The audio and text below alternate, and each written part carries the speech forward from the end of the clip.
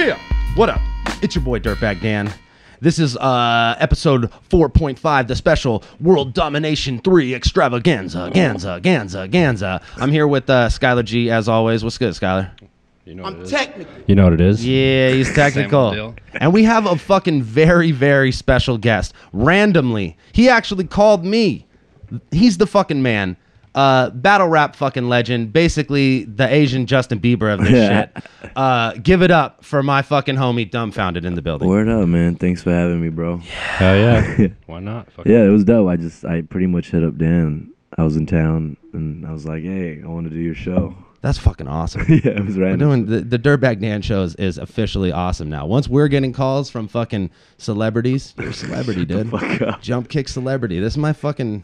Could be my inspiration over here, bro. He could have been at a red carpet event right now. He's my he could have instead he passed up on a red carpet event, unlike some fucking huge eyebrowed faggots that I know. Yeah, we're back, baby. We're back. So this is going to be the last episode of the Dirtbag Dan Show that you're going to see from my fucking humble garage. We're fucking moving on up, and we're going to be going live via Ustream. But special occasion, World Domination 3. And we got fucking Dumbfoundead in the building. So before we, break down this card and talk about fucking the amazing shit that we think's gonna happen, and before we give a call to some very important players, what's up, Dumb? What the fuck? Yo, man. Yeah, I feel good, dude. I'm just in town in San Jose for 2 shows yesterday. I had one in a high school, which was one of the most awkward shows I've ever played in my life. What high school did you play at? Tennyson. In Hayward. Oh, okay. Wow. Yeah, Tennyson. Fucking A. Shouts to Frank Stacks. He's from the Haystack. Yeah, that was a very humbling experience where I thought I was about to kill that shit, and there was just angry summer school kids that were just not fucking with me. Oh, that is so tight, bro. But it was so bad that it was funny as fuck. And then and then the nighttime kind of made up for it because we had a little club thing and partied, had fun. That's fucking wild. Yeah, we went out and fucking seen you at the club. We went to Club Access in Santa Clara. Yeah. I ain't been out there. That's a new club. Santa Clara's changing, man. It's a part of the 408, so I rep that shit. Yeah, man. So cute ratchet Asian chicks that were just ratchets. it was funny. A lot of cheetah print in the building.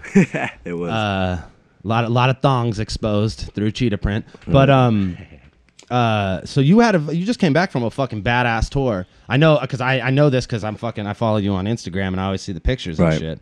And that's cool to have to get a good punch in the gut after a nice tour. You're like, oh, high school kids, they're still dicks. Yeah, exactly, man. It was like I was on one because I was on the tour and like 90% of the tour was sold out. Yeah. And I was like, damn, this is popping. And I went to the high school show and like. There were mad people there, but they just were like not fucking with me. That's the Bay. And that's the high school, there's like a few kids who just like, even if they were fucking with me, they weren't really like putting their hand up and shit because of peer pressure and shit. They were like, you know what I'm saying? Like, wait, does everybody else feel this shit? Yeah, like, nope. That cool guy really likes Tyga. He really likes Tyga. A lot of you that are watching the video might be wondering, what's this fucking thing on the table here? This fucking... yellow submarine rig. Actually, for those of you that aren't familiar, and we got the beautiful fucking... The Green Ranger flute. Yeah, the Green Ranger flute. This is what shit, fucking Captain Planet would throw at you. Just like he'd manifest this out of fucking air and throw the shit at you. We got like the little Saruman fucking Lord of the Rings. My boy crystal ball. Jay Rossi is here from Australia, and he's actually here in the Bay Area to fucking make ill dab rigs, because that's fucking what we're doing. For those of you who aren't familiar, those of us in the medical cannabis community understand that smoking carcinogens isn't necessarily good for you. So in order to minimize the amount of smoke that we inhale, as Dumbfoundead is doing now, demonstration, we would like to concentrate said THC into things called earwax, hash, oil, etc. And in order to smoke these things, we use these beautiful rigs. The way these fucking rigs work, got your fucking little nail up top there. Heat that bitch up with the fucking torch, dab a little fucking hash oil on that, and fucking one hit is like 10 bong rips. So just set it and forget it. So when you see us fucking doing this, we're not smoking crack. This is 70% fucking pure THC from a beautiful J. Rossi fucking yellow submarine fucking rig. Yeah, we're doing that shit. So the tour almost sold out the whole fucking thing, huh? Yeah, man. And I went on tour with a cat named Watsky who has a really legit fan base, and we know Watsky. Yeah, man. AKA he's from the Bay White too. Kid Raps Fast. Yeah, White Yeah, Kid yeah, Raps yeah. Fast. And he's from the fucking Bay. Yeah, we know that shit. We know that shit out here. If you go to his show, I think cats would be thoroughly surprised, man. He kills live shows, and man, it was. I've never seen him in the South Bay. I've seen him play in like the SCO and shit. Right, Like right. I've never actually seen a show. I've just seen promotions He's and a shit. fan of all the battle shit, you know. all No, that I know. stuff. Because I know he fucks with you, so he's Yeah. got to be up. I'm on pretty game. sure he's fucked with Tourette's too, maybe, or knows about it or something, you know. Tourette's is a legendary establishment. Yeah. Shouts to Jamie. Jamie Yep, the Jamie Wolf. Jamie Kennedy, aka Jamie the Wolf, aka my grandfather is L. Ron Hubbard. My great grandfather Yeah. is L. Ron Hubbard. Yeah. That's fucking weird. But yeah, I mean, it was kind of refreshing for me, that tour, because yeah, I mean, I've been on shitty tours all my life, you know what I'm saying? I've been touring since I was like 17, 18, and I was sleeping on promoters' floors, and fucking 10 people would come to the show, sometimes 0, you know what I'm saying? Me and Dumbfoundead met for the first time in like 01, 2000, when I was in Thunder Hut and you were in swim team. Swim team. It was even pre-swim team. Yeah, it was just young customer service. young Project Blowed. Yeah. It had a good connection with Thunder Hut here, and we would trade shows and shit. Yeah. And it was a lot of that. Like it was a lot of you come down and you guys all sleep on Grunge's floor. We come up there and we're all sleeping on James's floor, or whoever else. You know what I mean? Like just.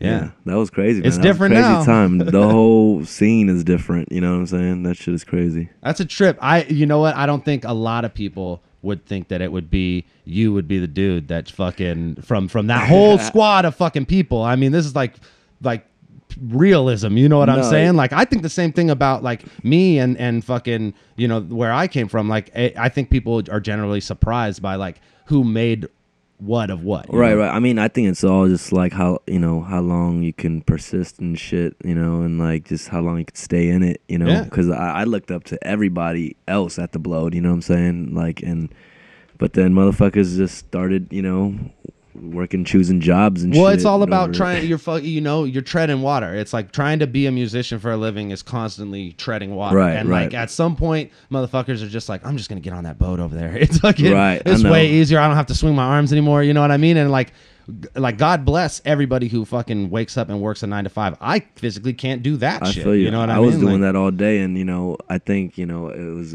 a blessing that some like shit came about, like the battle scene thing and all that. Like that was a blessing, because if you just keep doing the same thing, it can be very discouraging. You know what I'm saying? Yeah. Especially with no results or No results. And then the battle shit was one thing that kind of boosted my confidence when I was like, okay, now I'm getting some views on this shit, you know, and things like that just kept happening, you know, after I kept doing shit. So Yeah. hard work, that shit works, man. I think you're right there with me in the sense that, like, because when we came out era-wise, like, there was a time when we assumed that being a battle rapper would hinder us as far as, like, being a musician. And then it switched fucking in, like, 08, it switched entirely. It was like, holy shit, our value has increased because of fucking battles. You know what I mean?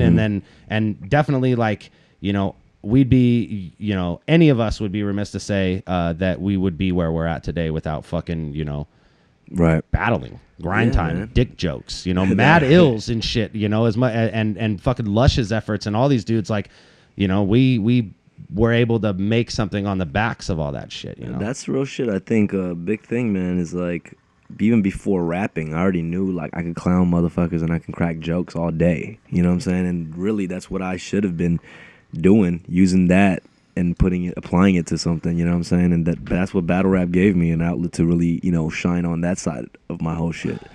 Oh shit. Yeah, and then like all you guys too. That's what we're gifted at, man. Clowning motherfuckers, dude. Real shit. Yeah, you know no what I'm shit. saying? If you sit in a room with like fucking like me pass and that over fucking here. Let's see that. shit. All right, we're gonna Skylar's gonna get experimental. Yeah, especially I'm like gonna you, me, take a Madness. Or Oh yeah, Thesaurus, Madness, like, Thesaurus. we've had Thesaurus is a times motherfucker. Cats where just we snap. kicked it, You know what I like, mean? You can't even get a fucking sentence in because everybody's trying to say something or Yeah. clown the shit out of you. Like, Yeah, no, it's like, and that's kind of like, I think the people who excelled at this, and you know, it's all about kind of developing a persona for yourself. Right. And you were able to develop a persona for yourself that isn't like some like worlds different from who you are as an actual person. And that's kind of like, I think where a lot of us were able to be successful, and definitely you, like, because people wanted, like, before that, when you're just another dude in swim team, you're just another dude in swim team. You know what I mean? But when you're battling, they're seeing your personality there. You know what I mean? Like that shit's showing through, and you start to like, like or hate a person, like, and even the heels, like they have their place, like right.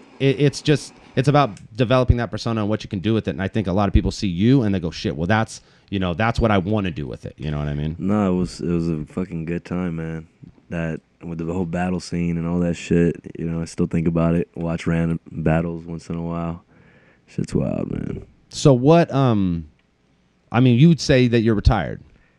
Yeah, I don't think I'm gonna battle ever again. Oh, woo! Off to a bad start. There we go. Yeah, there we go. Fumble bunny. Yeah. I don't know. I'm not gonna say never. Yeah.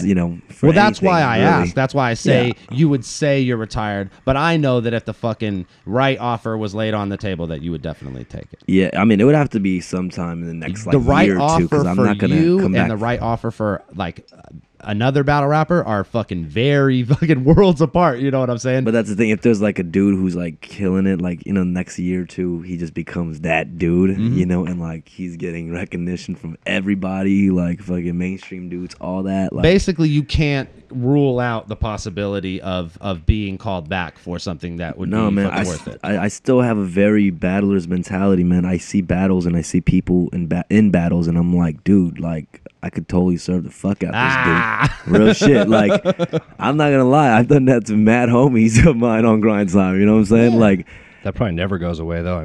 Because think about it. Even before the grind time shit, like all y'all were already in that. Yeah. We all size each other up in one way, shape, or form. There's certain cats I feel like I would I feel like I can beat, like even homies, like I would just say, I'll say names and shit. Yeah, like, fucking A. Yeah, like, and then there's other homies that I feel like would be very fucking difficult to beat. Like I'm realistic about that shit. You know what I'm saying? It's like I know the cats that my style would work against, and I know that certain cats where it just might not work. You know what I'm saying? So I'm pretty realistic in my abilities. I always say though, I will never get beat.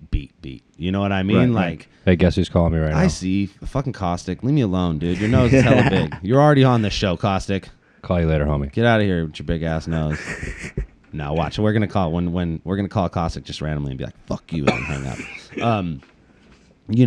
I will say, you might do better than me, but you're not gonna fucking you're not digging no fucking grave for me. You know what I mean? I'm not gonna ever give up, and really that's the only way you can kind of like lose a battle if you're not, if you're on the level. There's a certain level I think cats are on, like tier system or not, like, because it really has nothing to do with that, just skill wise and like ability to command an audience. And there's a certain level that where people understand how to put shit together in a way that is clever, and if you can do that, it doesn't matter how good the other dude is. He might edge you out, but you're never gonna get fucking bodied. You know what I mean? Unless you go, I quit, or I fucked up, or I can't do this, and I'm freestyling, but it's okay right now. You know what I mean? Yeah, there's different things I look at in battles, man. Like for instance, the Dizaster and Cannabis. I haven't seen a battle in a while until I saw that one. Wow. And sorry. Yeah. Interesting one to come but the back. thing is, like everybody was talking about that. Cannabis obviously was just not ready, and then Diz went in.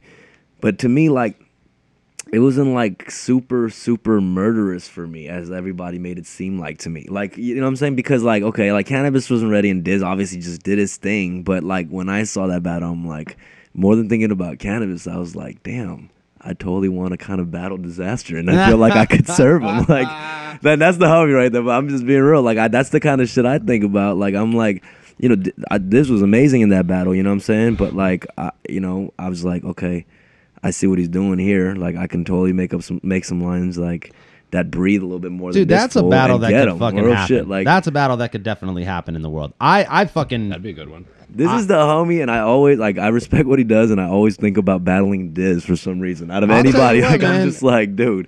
I respect what he does. He ain't the fucking homie. I don't even really like dude, but but I respect what he does. He's fucking one of the best in the game. I would love to battle him. I'll never get the opportunity to, just because of like, our whole situation. Do you go off? Do you go back and forth with Diz and shit? I don't know. I don't go back and forth with him. Nah, fuck that. Not anymore. I don't play that fucking game. He don't know how to fucking socially interact with other human beings. Like, so I'm not even fucking. I'm not trying to have. It's like fucking. The Asians hate me that like Diz is like the homie and shit. Because they're like, fuck him. Yeah, yeah. Like when he was dissing, he was dissing mad Asians, I had mad Asian people email me like, "Dumb, are you gonna stand for this shit? Are you gonna? You better fucking do something, man." Like, oh, you know. And I was like, a part of me was just like, "Fuck," like, okay, Dumb as I the feel Yellow you on Ranger that and shit. He's like, fuck this. Yeah, I will defend. Like, but that's why, you know, I think about that, and I think about like a bit that Dave Chappelle had where he talks about how he feels like he's like 80% comedian and 20% black. Yeah. Like, you know, like when I was kind of like that. I felt like I was more of a battler. Like I'm 80% rapper and 20% Korean or you know fucking what whatever or what, you know what I mean, ethnicity. Like, yeah, because he was talking about you know, what's his name, Kramer. What's his real name? Oh yeah, fucking Michael Richard. Yeah, Michael Richard. How he was, you know, on some. Yeah, when he was like when he dropped the N-bomb and shit. Woo, Dave Chappelle was like, instead of being offended as a black person, he was like, "Damn, this fool's really having a bad set." Like, you know what I'm saying? Like, he's bombing out there. This is terrible. Yeah, and that's how I feel about the whole battle thing. Like the Asian jokes or whatever, that shit don't offend me. You know what I'm saying? It's just like it's kind of almost expected. You know what I mean? You know what I'm saying? Yeah. Everybody's gotta have an angle, you know, and generally race card's a pretty easy one. Right. Yeah, it's not like you gotta stand up for every Asian every time somebody says something about slanty eyes or the Orient. I mean, it became that, you know, like the battle shit became that where everybody was like represented for different ethnicities and it's shit. It's like wrestling and shit back in the day. You know what I mean? Where it's like everybody rooted for you know, all my homies were all about Razor Ramon and fucking, you know what I mean? Rey Mysterio. It would just be, you know, Orale, Rey, get up. You know what battles should have intros? I just thought about this. They should have like wrestling intros where they walk into the ring. Where they stop and talk to an announcer. They should do that. Wouldn't it be ridiculous if while I had costumes and shit, like I walk in with a fucking kung fu uniform or some shit. Latino dude with a sombrero that's just like fucked up. Super, super racially stereotyped characters. Straight wrestling style. Yeah, boy. And then you have like your manager who like talks for you, hella like fucking out of pocket. And so Dan would come out of like a trailer with like crack smoke following him. Or what, I feel like Diz had that fucking corner of a alleyway and a dumpster. Dizaster was at the LA battle. And like he had a manager dude with a suit and a fucking Bluetooth, like this straight like looked like some like short Russian dude with a Bluetooth. It's like look important. Yeah, he was like yelling at his Bluetooth. Like, Nike, Adidas, Blue team, go. We told you 14%. This is bullshit. 13.5 is not going to cut it. Not going to do the Snapple campaign unless you can follow the fucking. His face is on the front of that Wheaties box. Oh, man. Or nothing. We're not trimming the eyebrows. We don't care. We told you to Photoshop the eyebrows. Listen, I got Colgate on the other line right now. Oh, shit. We going in. Yeah, but that being said, is there anybody besides Cannabis and fucking and Diz debacle? Has there been anybody in battling that you've seen recently since you fucking kind of stepped away that you feel has been like impressive to you? Outside of just the homies, right? Because I mean, we all like would just judge each other, but I mean, like, anybody coming up, like anybody that you've seen in fucking other leagues or fucking. Man, I'm really not gonna lie, bro. Like, I really haven't kept up with battles. Like, I'm serious, man. We're all about honesty in this. And it sucks because like I'm trying to think right now, like what are some of the last battles I saw? I did see the Dizaster versus Cannabis one. Before that, I saw a KOTD one. Who did the Saurus battle? Not Pumpkinhead, but I didn't see that one. Oh, Kruger, little fucking little square, little ugly faced British. Oh kid? No. He battled. Hi, Kruger. What's that tog dude's? Fuck. Pat Stay. Pat Stay. Yeah. Okay. I saw that. Is that old or what? No. Not Well, that yeah, old, right? not that old. It's Okay. Yeah, I saw that one. Yeah, I saw that one too. Even that one, like. I'm not gonna lie. I just felt like even Thesaurus just could have come. You tend to watch. You tend to watch your opponents, right? Like you watch people that you battled in the past. Like when you watch battles, those are the people you're gonna watch. Yeah. You know, or just names I kind of know. It's hard. I'm not gonna lie. It's hard for me to just want to check out a new dude. You know what I'm saying? Yeah. But when I saw that, because then Pat Stay and Thesaurus, I know both their styles or whatever. So I checked it out, And you know, even like it's so weird. Like I look at these battles and I'm like, I even that one I just felt like motherfuckers just could have come harder. Like I don't know, like it just felt like that to me. And then those two are amazing. You know what I'm saying? I've seen them do crazy shit. Yeah. And you know, there was dope shit. Like the Soros had that thing with his daughter thing he said at the end or whatever. That was dope. And but like all the other shit was just like I don't know. It was just taking kind of a while. That's like. tight. But hey, Dumb's not impressed, homie. He's not impressed. He's sitting back, bro. He's sitting back watching the game, just shaking like his head. I just felt even like the Soros, like you know, we battled and he fucking let me have it, yo. You know what I'm saying? And like I was impressed by that shit. I was really impressed, you know, like. But those joints, it wasn't that impressive, and the cheers were fucking awkward. Man, like, I think you have to really like take into account how drastically expectations have changed. You know what I mean? Right. Just like, and what people expect, and even ourselves, like, it just and capabilities, and especially when it comes down to it, when you're like with someone like Pete, where you're like, you're judging his battle versus Pat, like you judged his battle versus you, which is arguably like, you know, classic fucking battle, one of his best performances ever. Right. You know what I mean? I hate like that so too. it's, you know, and that's what everybody does to all of us. They're like they see anyone one battle and they're like, "Oh man, that wasn't as tight as That's true. you versus No Can Do." And I'm like, And "Well, you know that what? was fucking 2011 New Year's Eve. What do you want and me not to just fucking that, do?" and you know, like I'm talking all this shit, but really I haven't battled as much as Pete or Dizaster. You know what I'm saying? So actually, when they have so many battles, you know what I'm saying, and you know every one of them is not going to be like the fucking craziest battle. So I can't say shit until I really have battled as many times as they have, you know. Like, but those are just my thoughts, like just being the fucking cocky little fucker. Like, that's good though. That's good, man. That I see you coming back. I see you and Dizaster battling because it's I know a battle after that this people shit, would make happen. I know after this shit, he's gonna make some kind of fucking vlog wearing a fucking lampshade or whatever the fuck. Yeah, He's gonna make a song and shit. It's gonna be really offensive. It's gonna go ham on your entire fucking. Does he make songs? Yeah. But they're like, no, like he makes like a chingy chongy ching songs like that, dude. Like he will. You know, this is crazy. I'm very impressed with how far Diz has come with. Like, I did not think this fool would be doing this crazy shit where like he battles cannabis and then all these websites and big ass rap dudes are just like talking about it. Oh, like, dude, all over the world. I think he's fucking perfect for it, man. Right. Like mentality wise, like he's a battler, dude. He's a fucking battler through and through. You know what I mean? Like, some of us, I skate, you know, try and like skate the middle. Some of us are just straight battlers, and some of us are just like trying to push our music, and this is the way we think we could do it. You know what I mean? Like, right. I personally, I have a love for battling that hasn't gone away yet. When it goes away, I'll walk away entirely for sure. But for right now, like, I love to do it, so I want to continue to do it. And it's a great way to promote my music. I'm someone who's been, you know, an independent artist my entire career. I've been able to travel around the fucking world and fucking, you know, spread my music through battles and shit. Right. So I'm not at a point where I even really could walk away from it if I wanted to, but I recognize that, but I still have a love for it. Whereas like Diz, like that's what he thinks about. He's not thinking about like he's not thinking about like sleeps and shits battles. Or at least it doesn't appear like, I mean, this is someone who has like more notoriety than almost any other battler in the world and doesn't have like a music video or a single or anything like that. You know what I mean? That's his like, shit. Like he's obsessed battler, with dude. it, He's and a that's fucking good. battler. You know, when I think of Diz and preparing for a battle, I think of like a garage with fucking cutouts of his opponent. Yeah, dude, and little knives facts and like red pens. You know, it looks like fucking yarn connecting facts. It looks like a serial killer's like Right. manifesto, like fucking just like taped on the wall, a bunch of like cutouts of eyes and shit. Real shit, man. The dude is wild, man. And you know, he's such a character. Every time I see him show up to a battle, like I just watch that fool from a distance. Like this fool is just scoping the ground.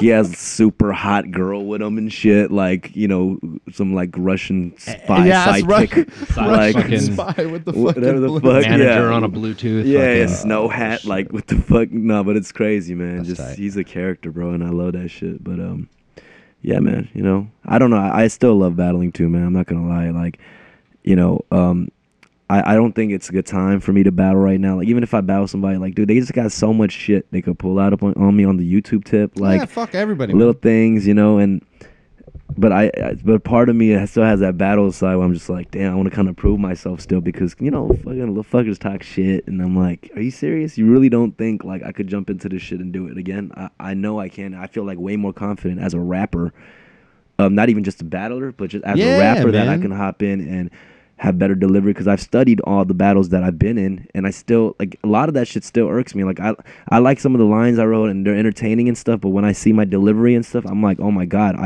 I'm such a way better rapper now that I could deliver shit and let it breathe. You know what I'm saying? So I'm like, I look at those and I'm like, damn, I wish I could, get in there a few more times. Yeah, man. Go to 5 more joints. I should perfect the craft, kind of. Yeah, a little bit, man, because I don't think I really had the opportunity to. When's the last time you went craft, to a battle? You know what I'm saying? Last time I went to a battle. Damn, the last one I went to was Toronto? Oh no. I went to that one in the basement, that Fresh Coast battle. Oh yeah. And I think if you were at like a big battle event, because you know how that shit makes you feel. Like I even being at like Vendetta and shit, like I was like, oh fuck, you know what I mean? It's like I want to be in there. Why am I on the fucking sidelines? Like that, just that whole atmosphere, like knowing what it's like to be in that circle when you're standing on the outside of it, like the whole like fucking insane range of emotion that you go through in like a fucking 30-minute span from being like just super hyped to fucking like just blank delivering to being like just ultimate adrenaline dump where you're just like, oh fuck, right. You know what I mean? That's when I went to the basement one, like I saw a few new battlers and it was kind of interesting just listening to their styles and shit. Like they're like, I don't know, they're good, they got lines, clever, try to be super clever and shit, but it's just like it sounds so like formulaic now that everybody forced out. Yeah, like they watch fucking crazy amounts of battles and shit. Those kids, I could tell when they battle. I'm like, you guys watch so many battles. Well, they grew up with I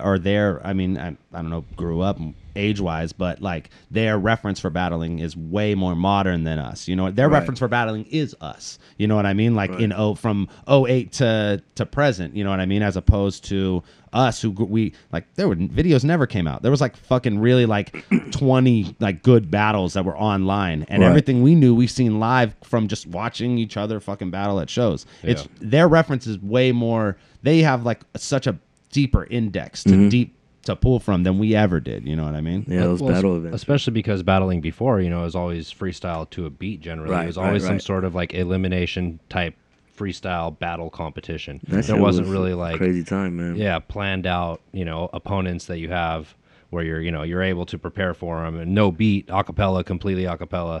Like the whole format changed from like where I've watched you guys battle from way back when. Just being the reference when you're watching it, you know what I mean? Just like when we used to watch like cats like Illusion Z, and we'd say, oh, they were clones of Pete, you know what I mean? Because they were doing this thing that we've seen Pete doing forever. Like now when you're watching it, like you're watching these cats, like that you're their reference, you know what I mean? And you're taking that and when you're watching that and you're like, yeah, man, this is what you're doing with it. That's the thing. I know there's no. I want to see more. Battling was more interesting when there was less battlers. Yeah, fuck yeah. Real shit. Yeah, I think, real shit. It got watered down for sure, just like anything does. You're on grind time when you go on grind time and shit, and you see like, all the battle rappers that were there, the original maybe like 30 to 50, or maybe 30. I don't know. Like it was dope. You knew everybody and what their style was like. Even like the Illusion Z's, like and cats had their like own regional appeal and their own like there were reverse heels live, like Illusion Z, like reverse live. There was like these interesting cats. Like it was really dope to me. You know what I'm saying? And now there's so fucking many, man. It's so crazy, yo. Like. I mean, it's good, I guess. Oh, man, I'll tell you what. At the same time, on the flip side of that coin, because I'm someone who's, trying to push my music through these battles. Right. Because these battle leagues, because all of these little battle leagues have popped up, I can do a tour where I'm fucking stopping, at the voice box in Tucson, and then in Denver at fucking body bag battles, and then at No Coast in Missouri, and then Connecticut Battle League and Texas Battle League, and we could actually, and then just filling up the Tuesday, Wednesday, Thursdays in between, you know what I mean? Like you could really put together like. As a battle rapper, I don't know. These other motherfuckers don't see it, but like you could really put together like whole tours based on how many leagues there are in the world. So where it's watered down, they're still like it gives like us like people who are considered quote unquote like veterans in this acapella battle rap game an opportunity to like really, you know, get out there and fucking capitalize on this fucking YouTube fame that you fucking generated. You know what I mean? I mean, it was weird for me, man. I'm not gonna lie. I feel like I didn't even pay enough dues in the battle shit. It's just like everything was happening so fast, where they were giving me good battles like one after another. I don't think it's a matter of like where you can quantify like what, you know, how much you did in any one given battle. You can do one battle and I mean like I was saying back in the day, like these cats like, you know, like fucking Solomon and shit. They had 2 battles out, you know, and that we knew about, and they were legends. You know what I mean? Like people had developed a lot more on a lot less than you did. You know what I mean? Like you put in a lot of work in a short period of time, and it showed to a lot of people. I think it's definitely about just creating the classic battles. Yeah, for sure. You know definitely. It's definitely about the creating the classics and not numbers. If you can do it constantly over and over again, and that's kind of, you know, a lot of people don't know this, but like, I was very strategic with the way I chose my opponents. You know what I'm saying? After Tantrum, Lush called me about battling Tantrum. And at first I was like not into it because like, okay, another Asian dude with this gonna be like a fucking, you know, a show just for everybody, like 2 Asians going at it. But then I thought about it. I was like, yo, this is gonna be a show. This is gonna be fucking popping. Like and so after we dropped that, like that's exactly what happened. That shit it spread, and cats out didn't really see like 2 Asian dudes ever really going at it, you know, like that. And then the next one, I wanted to change up different things, like Illusion Z, you know. I was like, I wanted to battle Latino cat because I grew up with Latinos. I just had like mad shit, you know, ready to go. And he was a little asshole, and he was like coming up just enough to where you could be like, all right, I'm gonna fucking bring you down. It's perfect time for me to bring someone down. But he's tight because, you know, people didn't like him as a person too much, but he was doing his thing. Like he was winning battles. He was doing you know his thing. That was right after he had just ripped like litter flip or unorthodox phrases too. He had like that great like performance against him, and that was kind of what Shakespeare joint. That shit, man. I'll tell you right now, that was dope. Like when he killed. Did you see him in Tantrum? Dude, I'm trying to think. It's new. It just happened. Recent, you just have to watch this battle, dude. You will fucking wait. Illusion Z battling still right now. Illusion Z versus Tantrum. He came back, has a battle with Tantrum. It's like straight up heartfelt. His whole third round. It's about how he fucking, you know, damn near died of his own addiction, and then Tantrum stood right there and didn't help him. And Tantrum's whole round after that was like, fuck you, you pussy, you fucking, it's all your fault. It was so like, it was such a, we were on the side going, dude. That is trying. Nah, you gotta watch that. But that's the thing, you know. You're gonna watch that shit. I like, Illusion Z was always kind of like, he always tried to get deep and like had a little story. Like he really like would stab at the wound. Like, you know what I'm saying? That little fucker, dude. He went in, you know what I'm saying? And tight. That shit is funny. Yeah, and then after that it was the source, right? Because you were like, I need a fucking fucking the, you know. Was it the source third? I don't even know. I think it was Pumpkinhead? No, that was last. That was last, towards the end. So there was FLO. I think it was FLO. FLO. And so FLO was third, and and I knew that was gonna be dope. Funny guy, he was super funny. Fuck. He had the battle with me that kind of was just fucking. That was great, man. That was like, that was my first good battle. Yeah. Was the one that kind of like put me out there, was me and FLO, because it was just like we were snapping. You know? I think the one good thing that out of my battles, man, and the reason that they got a lot of views was that I brought out like a lot of the best of my opponents. Yeah. You know what I'm saying? All those battles, my opponents killed it. Like Illusion Z killed that battle with me on that one. You know what I'm saying? He had funny ass lines. Tantrum had lines for days. Man. FLO had fucking great lines in that battle. That's so fucking true, though. It depends on your opponent. Because I've had battles that I thought were going to be great where the opponent sucked. Or I've had battles where, like, you know, like, they were amazing because both people were on, and fucking I've had battles where I just didn't feel like I put out enough, and maybe it was my fault that it wasn't. Like my whole like you were very strategic and tried to do as many classic battles as possible in a short period of time, and you figured out an exit strategy and you fucking took it. Yeah, man. My whole shit is I got to do as many battles as possible to get them classics in there. You know what I mean? Like if I throw that, you know, I'm not a great dart player, but if I keep throwing darts, I'm gonna hit bullseyes. No, of course, you know what I mean? Like, and you already have classics. You know what I'm saying? You have just as many classics as I do on YouTube now. But that's because I did fucking 5 times as many battles as you. You know what I mean? Like, I mean, I have like, you know, favorite battles, and I have like least favorite. My favorite battle was probably against Pumpkinhead. Yeah, fuck I just thought like, like every line was hitting. Those like, Battle every of the line Bays, just the events, the they were atmosphere. The vibe was they were fun. Like, cause it felt like if you were killing it, you were a fucking god in that motherfucker. If you were getting served, like you feel like a piece of shit. Dude. It's never been matched. Oh my It's never been matched. I think that the closest that it's ever came is Toronto. But they're too nice in Toronto, so they'll let you get away with like failure, and they'll be like, "Come on, come back." You know what come it back is to us, about Toronto and Canada? Because they're amazing. They have the biggest, right. Like, they have the baddest, like, show. But when I battled in Canada, man, there's something with the rhythm and the beat of when your punchlines are served and the reactions is different to me. Like when I was there.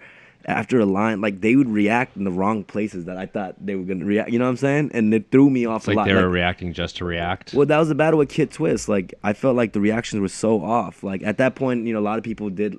I was like a favorite too. So some cats were on the nuts, so they would like cheer at like random spots and shit. And man. That shit threw me the fuck off when I battled Kid Twist, man. That was my least favorite battle, bro. Like I was on the road on a tour, and we just made that.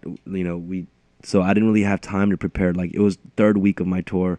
I had agreed to it 3 weeks before, so I was supposed to ride on the road, and I was, but I was also partying a lot during the tour, so I didn't get to focus as much. Yeah, boy. Man, and then I paid the price, bro. I lost that shit, and Thesaurus is another story. Like I prepared my ass off for that battle, but like nobody gave a shit about my second round. Like the book thing I did, like nobody gave a fuck about that shit, dude. Like I thought I was being hella clever and creative. That's the best thing when you're looking at the audience like, really? Yeah, exactly. Really not? This isn't funny. But that's funny. Like it's you make mistakes like that because like with the source, I should have just kept the same formula I've been doing with the other battles I was doing, was just constant cap every 2 bars. You know what I'm saying? But I try to get all creative and had this story and like the things with novels and book titles and shit. Like nobody gave a fuck about that. Like we don't read. What is fucking? What is this shit? It's fucking ridiculous. Yeah, YouTube. Yeah, man. And Pumpkinhead, that was an awesome battle because I actually knew about Pumpkinhead for a long time since I was young. Yeah. I knew about his name like since I was like 14, watching like internet shit. Yeah. And like I bought like a mixtape of his that like No Can was featured in. That was when No Can was like first coming up. It was like. And yeah, just kind of, it was dope. Funny how that turned out, and I think that's why one of the reasons that me and you never ended up in the ring is because me and No Can were like fucking Ray Robinson and Jake LaMotta. You know what I mean? Like we just go back and forth, like between freestyle battles and the acapella battles. Like we both had our robberies, we both had our fucking clear victories. Like it was just like. We had it, and then satire too. So I pretty much battled like everyone you hung out with. You see, that's like even Sat's like my homie, but he's one cat that I would have loved to battle. Like, yeah, fucking A, huh? I think we always talked about that. Me and Sat talked about it. We were like, what if we battle each other? And I'll tell you right now, we like Sat is like he's mean. Bro. Oh yeah, it would have been wild. You guys wouldn't be friends anymore. If you hang out with Sat, like out of our crew swim team, like me and Sat are the biggest. Like we cap on cats the most and shit. Yeah. In our crew, because like the rest of our crew, most of the cats aren't good at clowning too much, you know what I'm saying? Shut up, bro. But like, Alpha got really good, but Lyra gets capped on all the time. You can't take Alpha seriously because his fucking smile's fucking huge. But yeah, Sad is just really mean. Like he jokes really mean, So I think that battle he would have really just went for it. Like he would have fucking went for it, and I would have went for it too. Just Yeah, no, and it's always great to see like the homie battles. Well, fucking A, we're fucking. I want to get this shit in, so we're gonna let rap music take a fucking take their shots at you. How do you feel about that? Do it, man. Been a while, huh? Those cats, man. I know they got trolly comments right now. Shouts out to rapmusic.com. We're about to get into fucking some questions. I'm gonna skip some of the really ridiculous ones, but then I also have to throw like 2 or 3 really fucking ridiculous ones. Do it. So right off the bat, how did Fartface wants to know? There we go. Yeah. How did you take the death of the great leader? Kim Jong-il? Yeah, I assume that's what he means. I took it hard. I mean, I don't know how you. I was, I honestly, it's kind of, I don't know. It's fucked up what he was doing with North Korea and the cats there. But I wasn't like, even my mom, like she wasn't like tripping or anything really. Like it was kind of like.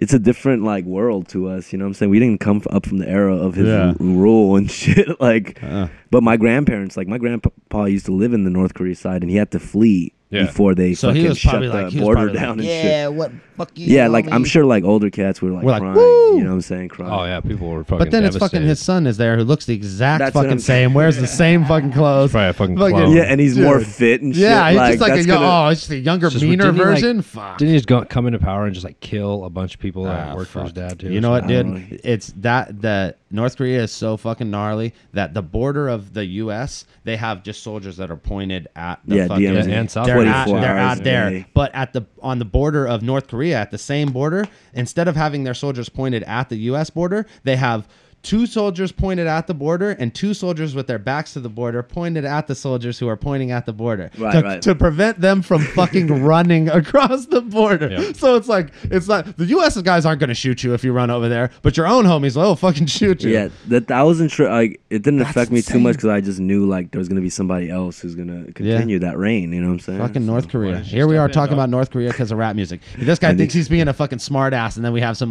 serious philosophical debate about fucking the reign of Kim Jong-il. That's who you should battle, Junior. The Junior joint. Yeah. This guy's being a dick. I'm not asking that one. Honestly, though, you can ask dick questions. Bro. How come you got 67 followers and perform at 80-person venues? Oh, 67,000 followers. Hey, you know what? What a fucking dickhead. What is that? Why is that a question? You're an asshole. But first of all, I'm not. I'm actually playing like pretty, legit venues. But the thing is, the reason also is that I have a lot of followers and actually sometimes at shows like there aren't many people who show up is because my fans are like they're scattered in so many different weird places. Like I got battle fans from Grind Time days to like Project Bloat fans to like K-pop fans. So it's not a focused fan group. You know what I'm saying? That's the weird thing. I got crazy. Like, I put up fucking battles and shit, and cats will be like, "How do you get so many views on that shit?" I'll be like, "Read the comments. Half of them are in fucking Tagalog, homie. Like they're not coming to the shows, but they're there. You know what I mean?" Your flip top they fuck, dude. Enigma's my boy, man. I fucking hit him up all the time. I'm going back to Manila for sure, man. I love the Philippines, bro. They're like they showed me so much respect and fucking I only feel like I had to fucking show it back. But moving on. Here's something topical. How did he feel about acting, the experience of acting in detention, and does he plan to do any more acting in the future? Yeah, definitely, man. I thought that show was amazing to me, dude. You know, I just the whole time in my head, I was like, damn, I'm in a movie, motherfucker. Like crazy movies are crazy too because you guys did that shit. It seems like so long ago, but then it's like just now, like on DVDs and stores and shit. So it's like, it's still like it's just been going for that long. You know? No, it was crazy. I want to do more acting, man. I really do. Like I dream more about like being in certain types of movies than like putting out a classic record. Sometimes I'm like, yo, I want to fucking be in a Quentin Tarantino film. Yeah, you know fucking like, man. Fuck it. So definitely. Fucking somebody wants to know when Madness is going to be on the show. Fucking soon. He lives in Florida, man. It's kind of fucking hard to work that out. This question keeps coming up. I'll just one word it: intuition. Oh, intuition. We're all good with intuition. People think like there's that's what everybody's like. Some conspiracy going on. Seriously, everyone. No, like some fucking so he's I mean, Knock Steady. We took a hiatus. You know what I'm saying?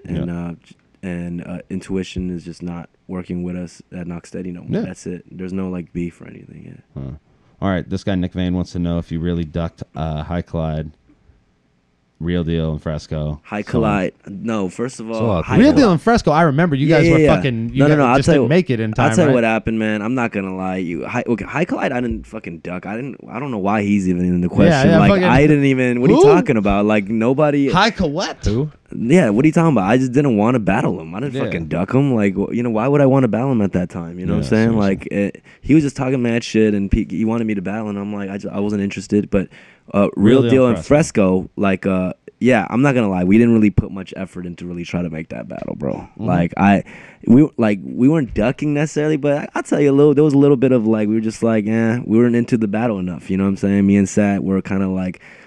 It was fucked up, I guess, for the opponents for us to, treat that battle that way. But that's what happened. We were just kind of like not into it at the time. And I apologize for that shit. Dumb is the man, bro. This is the best. Air it out. I can't lie about shit like that. You know what I'm saying? Honesty out here. No, dude. Real talk. We're gonna start asking more fucked up questions now that we know. You know what? We know we can't lie. Do it, bro. I just can't lie, man, about that kind of shit. This one here, Queens NYC says, "Yo, Dumb. You're mad lurky. Yo. That shit is suspect. What? What does that mean? That's not even a question. There's no question mark at the end of it. What does that mean, though? He just you're lurky and that's suspect. I don't even like lurky on what? Like what did you? I don't know. Like you hide in the shadows. Yeah, apparently, do you do a lot of like late night kind of bush jumping? And wow, that's weird. I don't get that. Let's go to the next one. We're moving on. Is there a tiny chance he will ever battle again? Definitely. Yeah, we already kind of we talked that. Let's go to the next one. Yeah, that's great. Yeah, there is a tiny chance. Hand me that submarine over there. Yeah, no, we don't believe in that. We all smoke from the yellow submarine. Yeah. I'm good. This is scary, dude. He's got to go on planes and airports and shit. He doesn't want to have the fucking dogs up his sweaty palm syndrome in the fucking airport. This is 70% THC. Man, we're not doing ask how much money he made questions, so we'll just skip those. Yeah, why do people always want to go there with it too? That all the time, dude. How much money you made, man? Yeah, that's lame. Will you ever? Fuck, man. Oh, by the way, off of battling, I've made like almost $0 off of battling. Just real so shit. You know. Like I was not getting paid for any of those battles, bro. Like real talk. That's crazy. No, I figured I had to. Fuck, 2 words, octopus tentacles. That's not a fucking question. Yeah, what is that? I have an octopus tentacle tattoo. People always ask me what it means. Yeah. I don't want to. It's called a tattoo. What's your favorite strain of marijuana?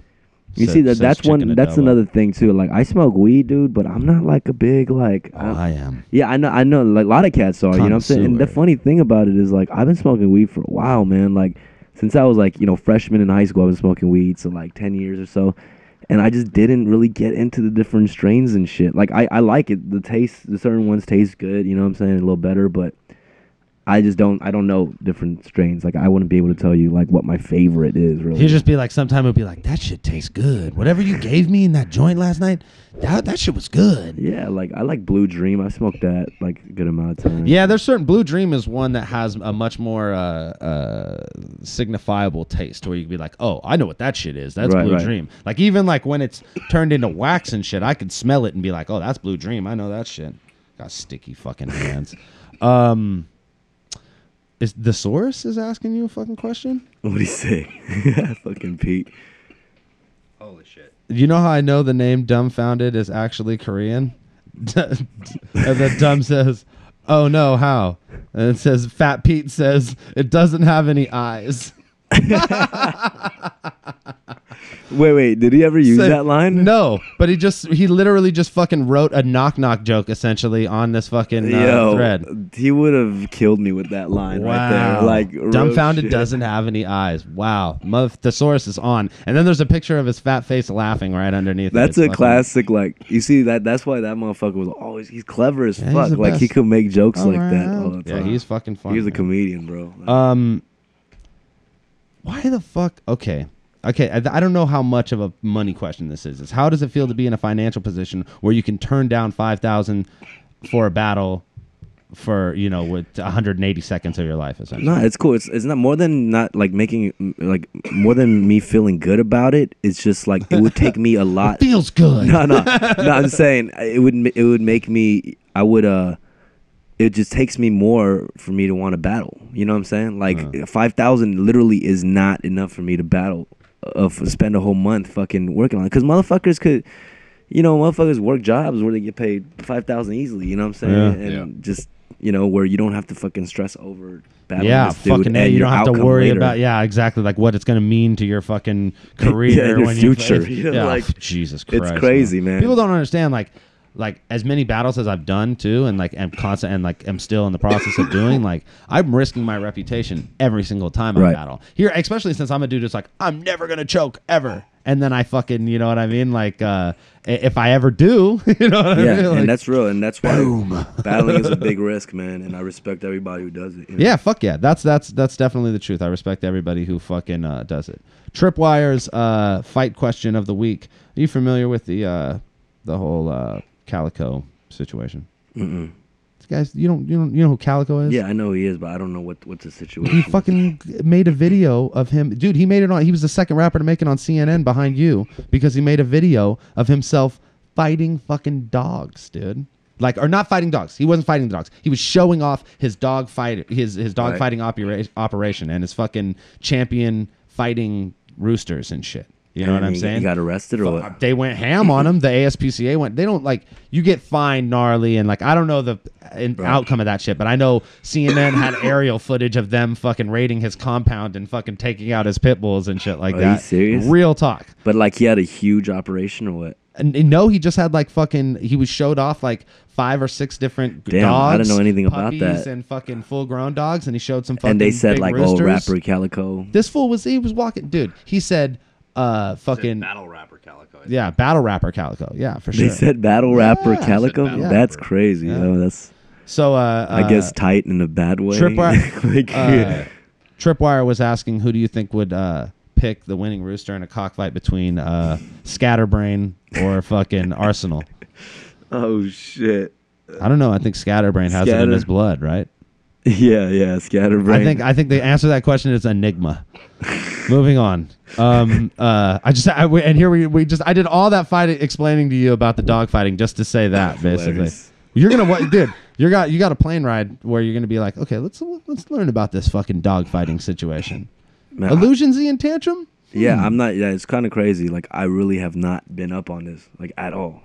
I used to be on rap music all the time, looking at the threads and shit. I haven't gone on rap music in a long time, man. Avocado asks a gay question every week, and every week his questions get gayer. What is this one? Is how hard is your boner right now?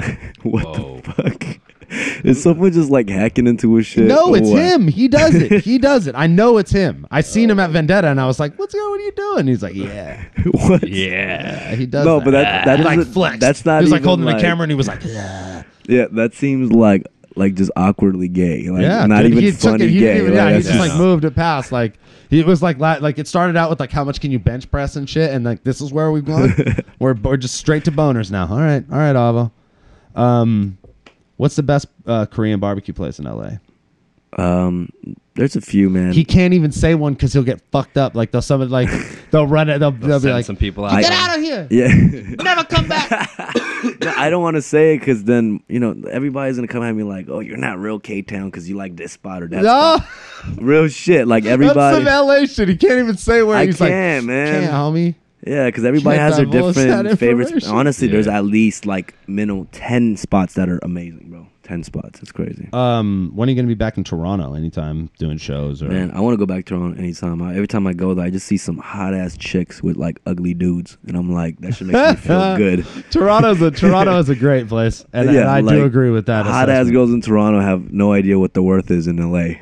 Like, like they're just like wilding the fuck out. I'm like, God damn, you guys are smoking, and you're with that dude. Like, On that note, like if you did go back to Toronto, would you try and link up with King of the Dot and do like some co-hosting shit or like fucking if there was an event? oh cracking, man, are you like, kidding me? I wish KOTD could fly me out to their next big event just to yeah, judge just or host. Like, I just don't want to battle anymore. I think cats are like lackadaisical is asking like when would you ever be like doing that because cats generally want to see you in that world because they just don't anymore. Man, Whether I'd you were love like to, just bro. like at an event, you know what I mean? Man, Or I would love to whatever. go for a weekend in Toronto when the next big event is. Like, if they fly me out there, I'm down. I just, It's just a matter of like your schedule and the schedules of More than battles not being scheduling. the same thing anymore. they've never invited me out to just watch or just Well, chill. fuck, man, they gotta fly like fucking yeah, million okay. people out to I'm actually just being battle. a dick. I'm just being a No, dick. but I'm hey, dude, Sweden flies like awkwards out to just chill and shit. Like, Really? and he doesn't even battle. Man, and tell shit. him to hit me up. I heard Sweden has some crazy Oh, bro, girls, man. Sweden is like if it wasn't like frozen half of the year, it would be the most fantastic place in the fucking world. When I just social think of democracy, Sweden, just fucking. Oh man, It's just an ice cube I for 6 think months of or what?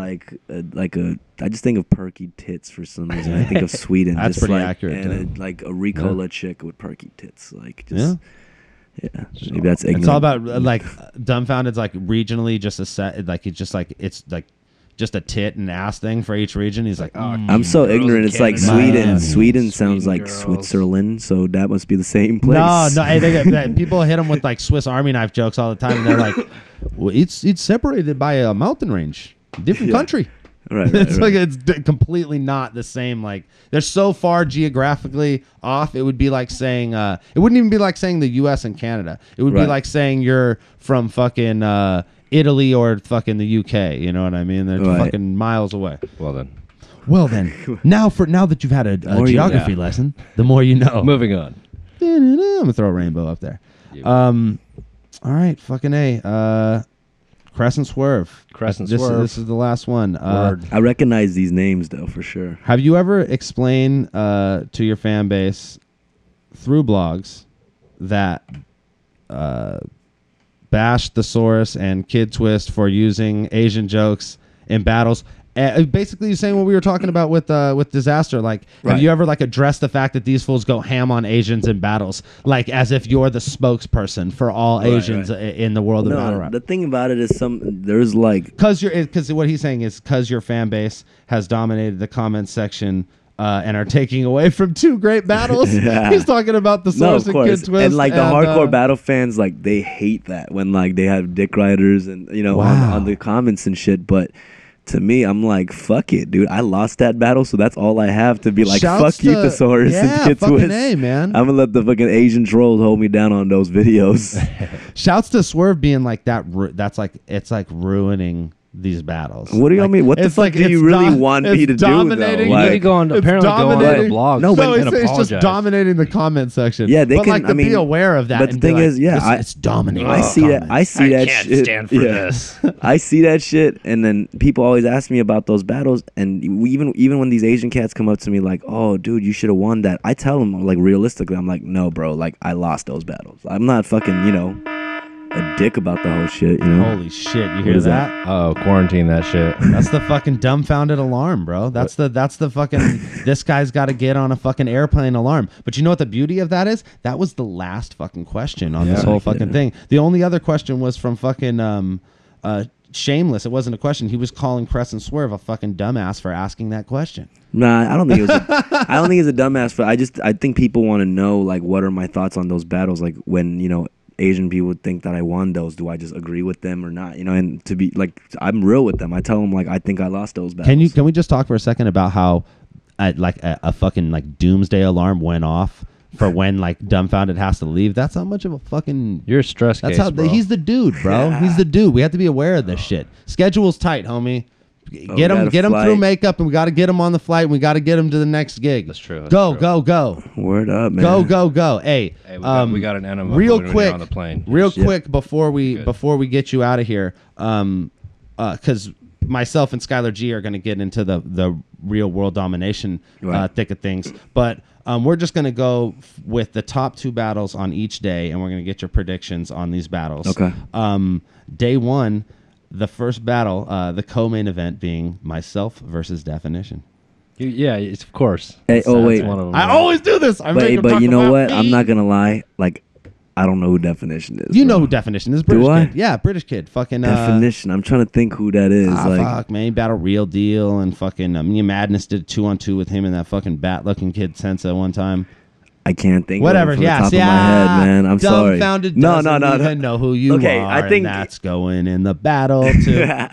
Fuck, I'm not even gonna lie. I think I seen that. I think I saw the 2-on-2. So I'm definitely winning if you don't know who he is. I don't know who he is, but that's because I just been. So I'm definitely winning, right? I mean, prediction wise, like you're gonna have to go with me. I would vote for you. Yeah. Oh yeah, he doesn't know. I know who you are more than him. Okay, here we go. And I'm fine with winning on that. That's how I'm gonna win this battle, anyways. Oh my god. Pat Stay versus Head Ice. That's the main event, day one. Isn't that a wild ass battle? Yeah. Pat Stay versus Head Ice. I'm gonna say love a home fries. I think Head Ice might be more entertaining, but I think Pat Stay will probably win. Just for like the sake of battling, you think Pat Stay will win? Yeah, people probably would think his lines are more make sense. It's straight ahead. Head Ice is a little bit less straight ahead, I think. I refuse to believe that Head Ice will lose. Oh, okay. Just because I think he's the best. I haven't. No. I'm probably. I think that 90% of the rap music kids, at least like the diehard battle fans, are definitely agreeing with you on that. Okay. But like I'm just a huge fan of Head Ice because his brain is working on a different level. Really? This is what I think about Head Ice. Head Ice never called anybody else and was like, "Hey, what do you think of these bars?" You know what I mean? Like that's like I wish I was that good. You know what I mean? Where I was like, I love a home fries. I love a home fries. So okay, and then day two, Bender versus Low Pesci. You see that? Let me tell you. You know both. Yeah, I know both of those cats. Yeah, and I really liked Low Pesci a lot back in the day, like his style and shit. But like Bender, and he does his thing, but Bender is like, you know, he's like the fucking he's that new hot shit, Rock of fucking battling or some shit. Like he does like weird like pattern shit. It's hella cool and shit, but I'm like, dude, this is like too deep. Like keep that shit like a little bit more on simplify yourself. Yeah, I just don't like. I'm not like. I don't go like ooh, and motherfuckers are all like, oh my god, I have to think about that one. No, like I don't want to think about that shit. Like I would prefer like more ignorant, like ignorant, you know, clever like shit. A good like faggot. And you're like, oh, you know. What I mean, not even like that crazy, but I'm just saying a little bit more like just simple, funny. You know what I'm saying? No, yeah. Things Like you were always like, cause you had a couple like simple like I always did the Sprite guy, white guy kind of like just make it simple and like whatever. Like, I love that kind of those lines, like literally 2 bars and you're to the point. You know what I'm saying? Yeah, like you had like a few like that are like, you know, classic, like from the PH battle and shit, where they're just like simple, like just one note fucking. That's like what I was saying before. The exact opposite is the guys that have to reiterate what they just said. Like, no, hold on, I don't think you got me, and then they'll explain the whole bar again. Well, not even explaining too. I just the way they set it up is like, god damn, it takes to like Dizaster, bro. Like that fool, he's a like before he even gets to the punchline, he's a fucking scientist, a radio, fucking a nuclear, the fucking something, a psychiatrist. He's everything before he gets to the fucking punchline, and it's like, and it has nothing to do with fucking like the end result. It was just like just a slew of insanity to get to this one like angry, violent statement. Yeah, I'll tell you, he hasn't like crazy rhymes. Like he'll rhyme shit. I'm like, did you really fucking rhyme? Like that? I can't even believe that's those 2 sequence of words came together ever in the fucking history of languages. And you probably wrote them down on a piece of paper like that.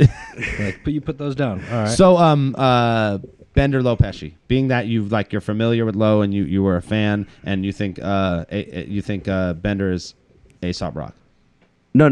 He's not like crazy. Like he's not like real, like crazy abstract like that. But it's just like he's smart. I could tell he's smart as fuck. But like, it's just a different approach. Those styles. So what do you think? Who do you think? What do you think out of those styles? Who do you think would take it? I haven't kept up with Low Pesci, but what I remember from Low Pesci, I found him a lot more entertaining. I think than Bender. So you think Pesci? Yeah, Pesci. All right, and the main event for the fucking chain title match: Dizaster versus Poe Rich. Oh, Poe Rich. I would say probably Dizaster. Yeah, it's didn't even have to think. Yeah, I mean, Diz. I don't know. Diz needs to pick. Wouldn't it be so? Battles. No, well, it's not like, even a pick better battle thing. It's Rich has the chain. You know what I mean? Oh, okay. He beat fucking Pumpkinhead, and he's the guy. That was no offense to Poe Rich. I just thought he wasn't battling. No, but has he been battling for a while now? Like since I just haven't been up on. Dude, if shit, this was a fight, the odds would be so like you would get like a fucking 1,000 to 1 on your money if you bet on Rich. You know what I'm saying? Like, so your assessment is not off. Like as far as like these two would never battle. Assuming Rich doesn't hold the chain, right? And that's no disrespect to Rich. That's just like the reality of the fucking situation. All this shit Rich has worked so hard to get the chain. Like he deserves it. You know what I mean? That's definitely not to say he doesn't deserve it. But I mean, if odds makers are betting on this fight, Rich is the hugest underdog imaginable. I personally. I hope he wins. Oh, that would be the illest thing. I'm gonna start checking out these battles. But I think that Dizaster is like the easy kind of. I heard there's some big battles coming up. Like even the Smack one, there's supposed to be something summer or winter or something, right? Yeah. Yeah, like with all these crazy cats coming back, Loaded Lux and Murder Mook. Oh yeah. Summer Madness. Yeah. Summer Madness. So that's interesting. Like I'm not gonna lie, I wish I battled to the point where I really crossed into the KOTD stuff and even the Smack stuff. Like. Yeah. You know, and that would have been a lot more work to really perfect the craft. But I'm interested in battling in those. It ain't over, man. It ain't over, baby. It ain't over. It would take a lot for me to get back in, though. All right, so we went through the top notes. Fucking A, thanks for joining us here and fucking and chatting it up with us. No, man, it's dope, bro. Like I like, you know, specifically if it's about battling, man. It's something that I always want to just talk about and clear up shit from my Stay career. relevant in this world, you know what I mean? I want it and I support it, man. I don't know, and I'm not gonna lie, I don't know what it's like now really, but I wish like I want to help it somehow because I honestly, man, that's why I started the bar exam. You know what I'm saying? A lot of cats don't know, but I put on Cadillac Ron through bar exam. I put on Rhetoric on there. You know what I'm saying? Like a lot of battlers came out of the bar exam into grind time. Yeah. You know what I'm saying? So that was a big thing, man. And, you know, a lot of that was inspired by Tourette's and, like, EO Dub in New York and Grind Time. Mm-hmm.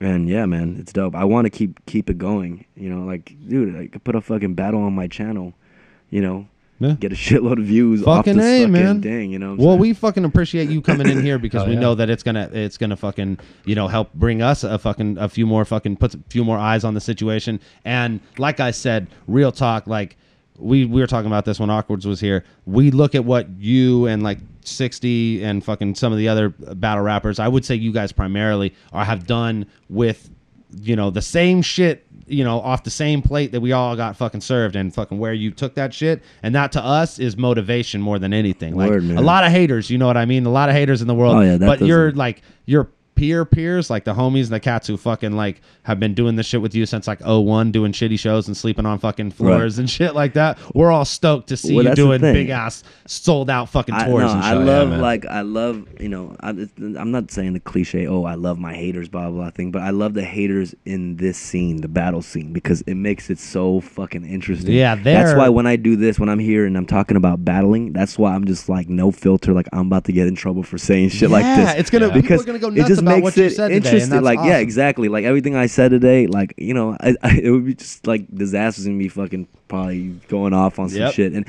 fuck it, let's just make it interesting again. You know what I'm saying? Let's make it interesting again, and you know, we'll see. And that's what we're here to do, man. We are the fucking ESPN of battle rap. We are here to make this shit interesting again, and we are the only place where you're gonna have somebody sit down like you and talk to somebody like me who are both in this fucking world and both came up in this world and just dish it how it fucking is. And I'll tell you, I'm gonna start catching up on all these battles, and then I want to come back on the show and give you like opinions about like everybody. No, next time you come back, it'll be next time you're visiting fucking Kukui and Clout and Breezy, we'll be in the same spot. We'll be fucking running live via Ustream, so it'll be a lot nicer. Yeah. All right, man. Peace. Fucking Dirtbag Dan Show. We in this bitch. Cheer! It's the Dirtbag Dan Show. World Domination 3 Extravaganza. Ganza. I don't even know what Ganza means. I don't know. It's weird, by itself. It doesn't even make sense. Is it even a word? No, it's not. It's definitely not a word by itself. I can't believe extravaganza together is a word. Extrava. I can't believe that we didn't even like rig up the fucking echo, so I have to do it manually. That's kind of fucking... We'll add it in. It'll be After Effects. We'll add them in. I don't think we're going to. Produce it. No, I'm not going to do shit like that. That's stupid. Okay, so World Domination 3 Extravaganza in this bitch. We had Dumbfoundead here, and he gave us a quick breakdown of the top 4 battles at the end of the card. But we're going to run through the whole fucking thing. But before we run through the whole thing... I'm sorry, I'm really high. We've been smoking out of this fucking yellow submarine dab rig. Man, that shit fucked me up. Whoop-woo. Watch, you'll see it in action. Before we run through the whole card, top to bottom, and talk about who we think's going to win each individual battle, where I'll have an actual opinion, and Skylar's just going to flip a coin, probably. Whatever, dude. Okay, so I predicted that he's going to flip a coin. I guarantee you there's a coin sitting on the fucking thing. Dick. He's going to flip a coin for every fucking battle. Not every battle. I got some, I think. There's some that you might not flip a coin for. All right, that's awesome. But before we do that shit, we're going to call one of the folks that's in the first main event, day 1. You think we're calling Pat Stay, huh? No, fuck that shit. Ice. Shouts to Pat Stay. He's the homie, but I reached out to Head Ice, man, because I never got to chop it up with dude outside of the one battle in New York. And I just really think that the fans want to hear what Head Ice thinks about this battle going into this battle, this being a week away from today. So we're going to call Head Ice right now. We're going to see what he thinks. Are y'all excited? I'm excited. I'm excited. A little bit. He's my favorite battle rapper. All right, let's go. He fucking better answer the phone, guys. Oh, he's going to.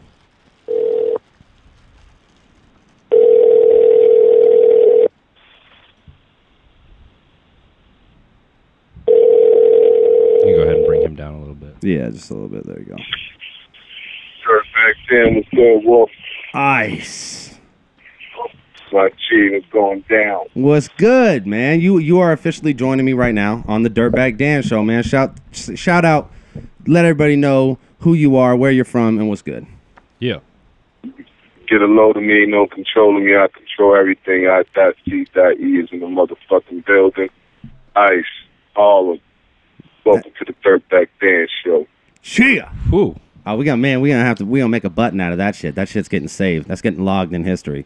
Ice, we are 1 week away from fucking World Domination 3, man. What do you think about being the headline battle for what's become like the biggest annual global battle event in the world? Yeah, man, it's a beautiful thing, you know. It's a blessing that I can even make it across to go take care of that type of situation. But it's just a blessing. I'm happy. I can't wait. Yeah, man. I think I don't know if they're ready for you out there, man.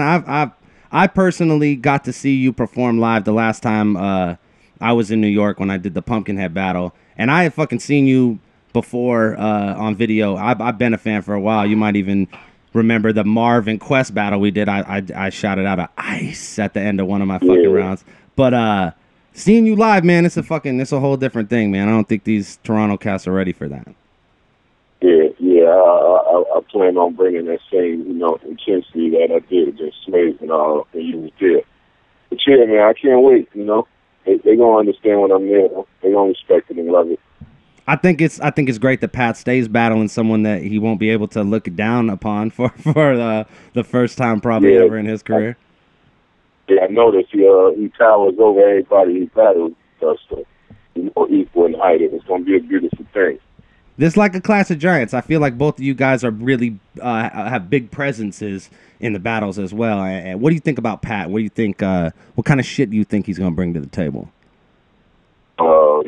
You know how Pat play. You know, a little bit of jokes here, outside type stuff here and there. You know, he gonna do what he do.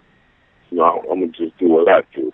It's gonna be great. I really want to speak on it, but I can't speak on it. But oh yeah, we don't want you. This is like on some fight shit, man. We don't want you to give away strategy and shit.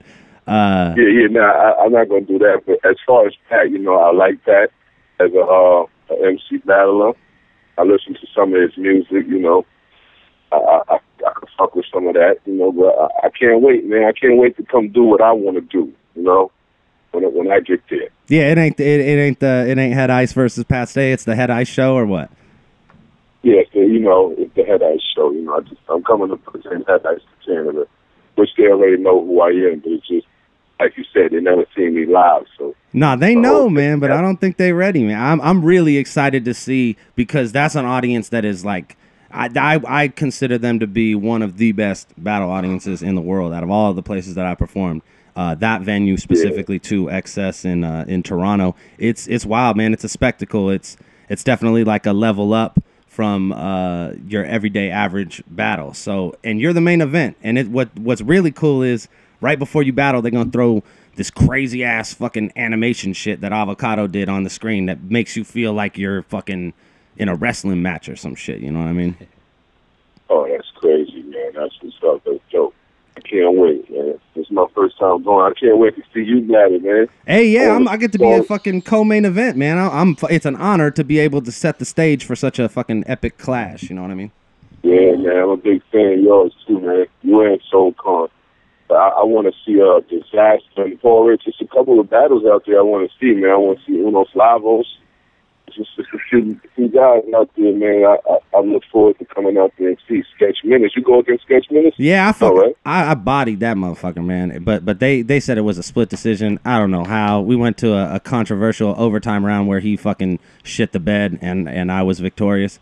But he's a good kid. I like Sketch. He's fun. Lavos is gonna be so happy that you just said his name. He's the most fucking attention starved little Puerto Rican I ever met in my life. What's up, man? He got a good spirit, man. I like his energy in the battle, you know. Yeah, for sure. He reminds me of Locksmith, something like that, you know. Yeah, he definitely has that like you're wasting my time fucking air about his presence. I always say that Lavos is a great example that you don't need to have an immense amount of skill to be fucking very talented in the world of battle rap. You know what I mean? Like.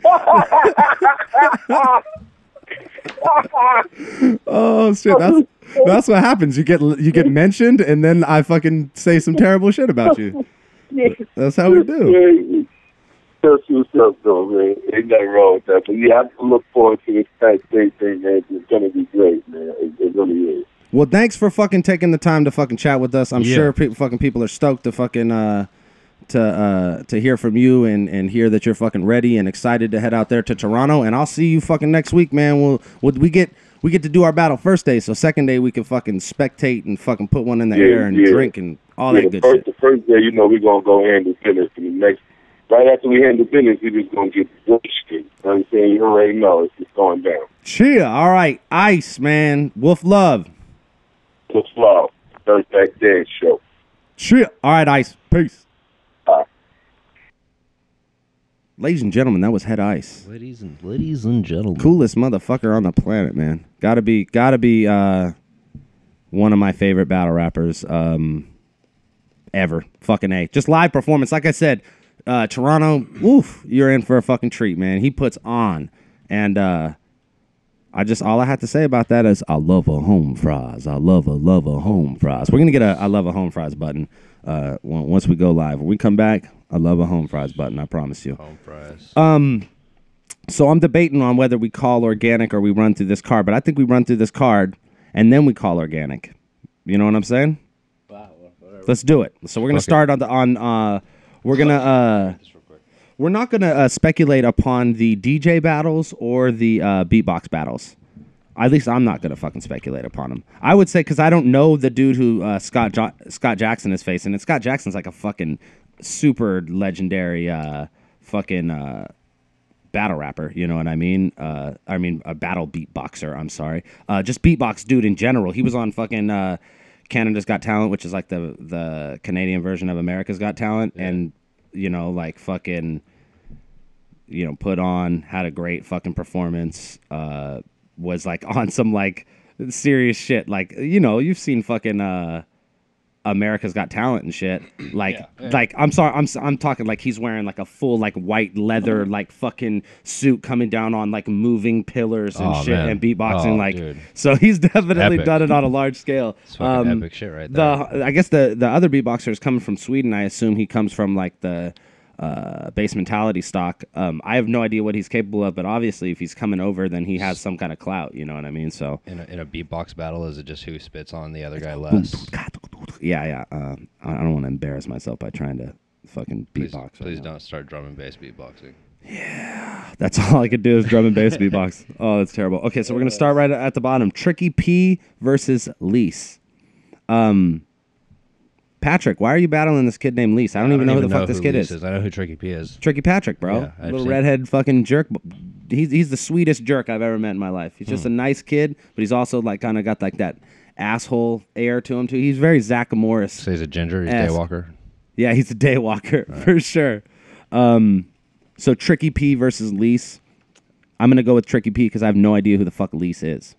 Yeah, I don't know. I mean, I'm gonna have to go with Tricky P also. Same reason. Where's he from? Same reason. Maskellfield? What the fuck is that?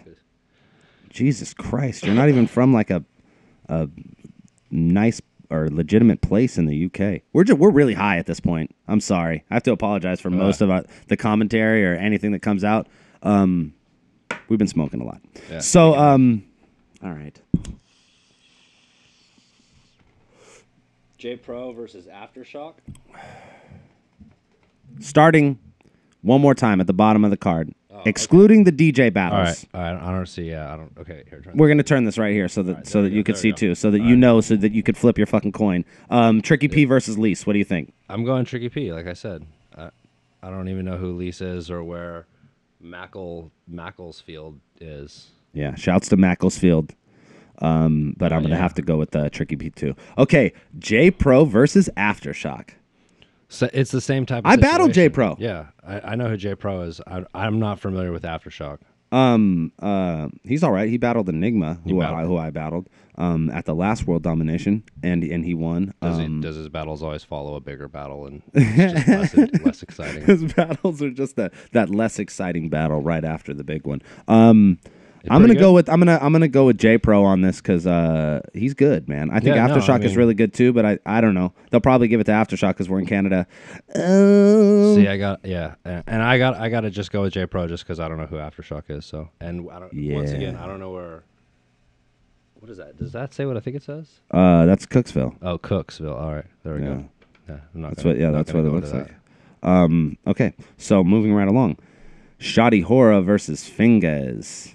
Fingaz, Canadian dude missing some digits. Shaadi Hora looks like Nosferatu more than any other battle rapper, even more than Organik. Damn.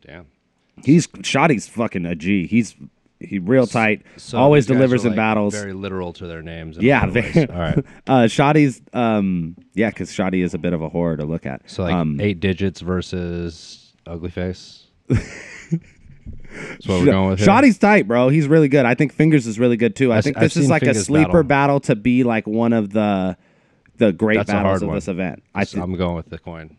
Okay. So heads for Shaadi Hora. Oh, we got a heads. Heads. So he's going with Shaadi. Yeah, I was going to go with Shaadi too, because Shaadi's just fucking mad entertaining to me. But I think Fingaz is tight, so I think that battle could really go either way. Here's a really good one. Rone versus Protege. Those of you who know Protege from World Domination last year, he had an amazing showing. Really just a standout flip-top battler on an international scale after that battle. And Rone is fucking Rone, you know what I mean? This is, I believe, his first battle since beating Awkwards. So it's a good battle. I know why he took it, because this is a 1 million view battle right here. This is a fucking of course. This has that flip top crossover appeal. Yeah. But Protege is a beast, and it's not going to be an easy battle for him. And it would be a shame to see Rone lose 2 international battles back to back, because last year he lost to Nils M. Skills, who is also on the card. But shouts to the Ice Cream Man. SpongeBob. Choco Taco. Yeah, okay. Stoner shit. Moving right along. I don't know. Who do you think, Rone or Protege? I think I'm gonna go with Rone, because he can't afford to lose. Yeah, I'm gonna have to go with Rone also, just because I've never seen Protege's battles. I do know he was mentioned a few times after the Enigma battle, and there was talks, I think, of him and maybe like Luck battling or something like that. Yeah. Luck, but I don't know. That's who Luck wanted to battle when he went back to that's what it was. Yeah, Philippines. Yeah. But yeah, I haven't seen any of his stuff, so you automatically get a loss in my book. Oh shit! All right, so no offense. You know what's funny is he's got fucking like millions. I know. Of I views. just hate it all. He just smokes. Whole country hates me now, probably. Whatever. Scott Jackson. I'm a huge fucking flip top supporter, and actually I'm gonna be fucking kicking it with my flip top homies the whole time in World Domination, because those are my folks. So even though Rone is my homie too, this one will be a really tough battle for me. I won't be rooting for anyone in particular, but I think Rone will win because he has to. But we'll see what happens. Scott Jackson. Why do you say that though? And because he has to. Because he lost last year to Nils M. Skills, and his last battle was versus Awkwards, and he won. Okay, so if he loses to Protege, like it's like all that momentum that he built up goes right back down. All right. Scott Jackson and whatever the fuck this guy's name is. I don't even want to talk about it. It's a beatbox battle. And that's a beatbox battle. And Scott Jackson is like fucking I'm gonna say Scott Jackson, but I don't know what fucking this dude could be magical. He could have a fucking ear on the side of his or fucking another mouth on where his ear is supposed to be, and do like some crazy like acapella like doo-wop fucking Boys to Men style beatboxing shit that I'd never even heard of. Like the trachea thing. Yeah, he could have mastered. Double time. He could have mastered the trach hole. He could have fucking smoked himself into a gold mine by mastering the trach hole beatbox. Okay, so moving right along. We're not judging that. Basically, every episode I pick like a 2 to 3 word phrase that I'll repeat every single fucking 5 or 6 sentence. This week it's moving right along. In the past it's been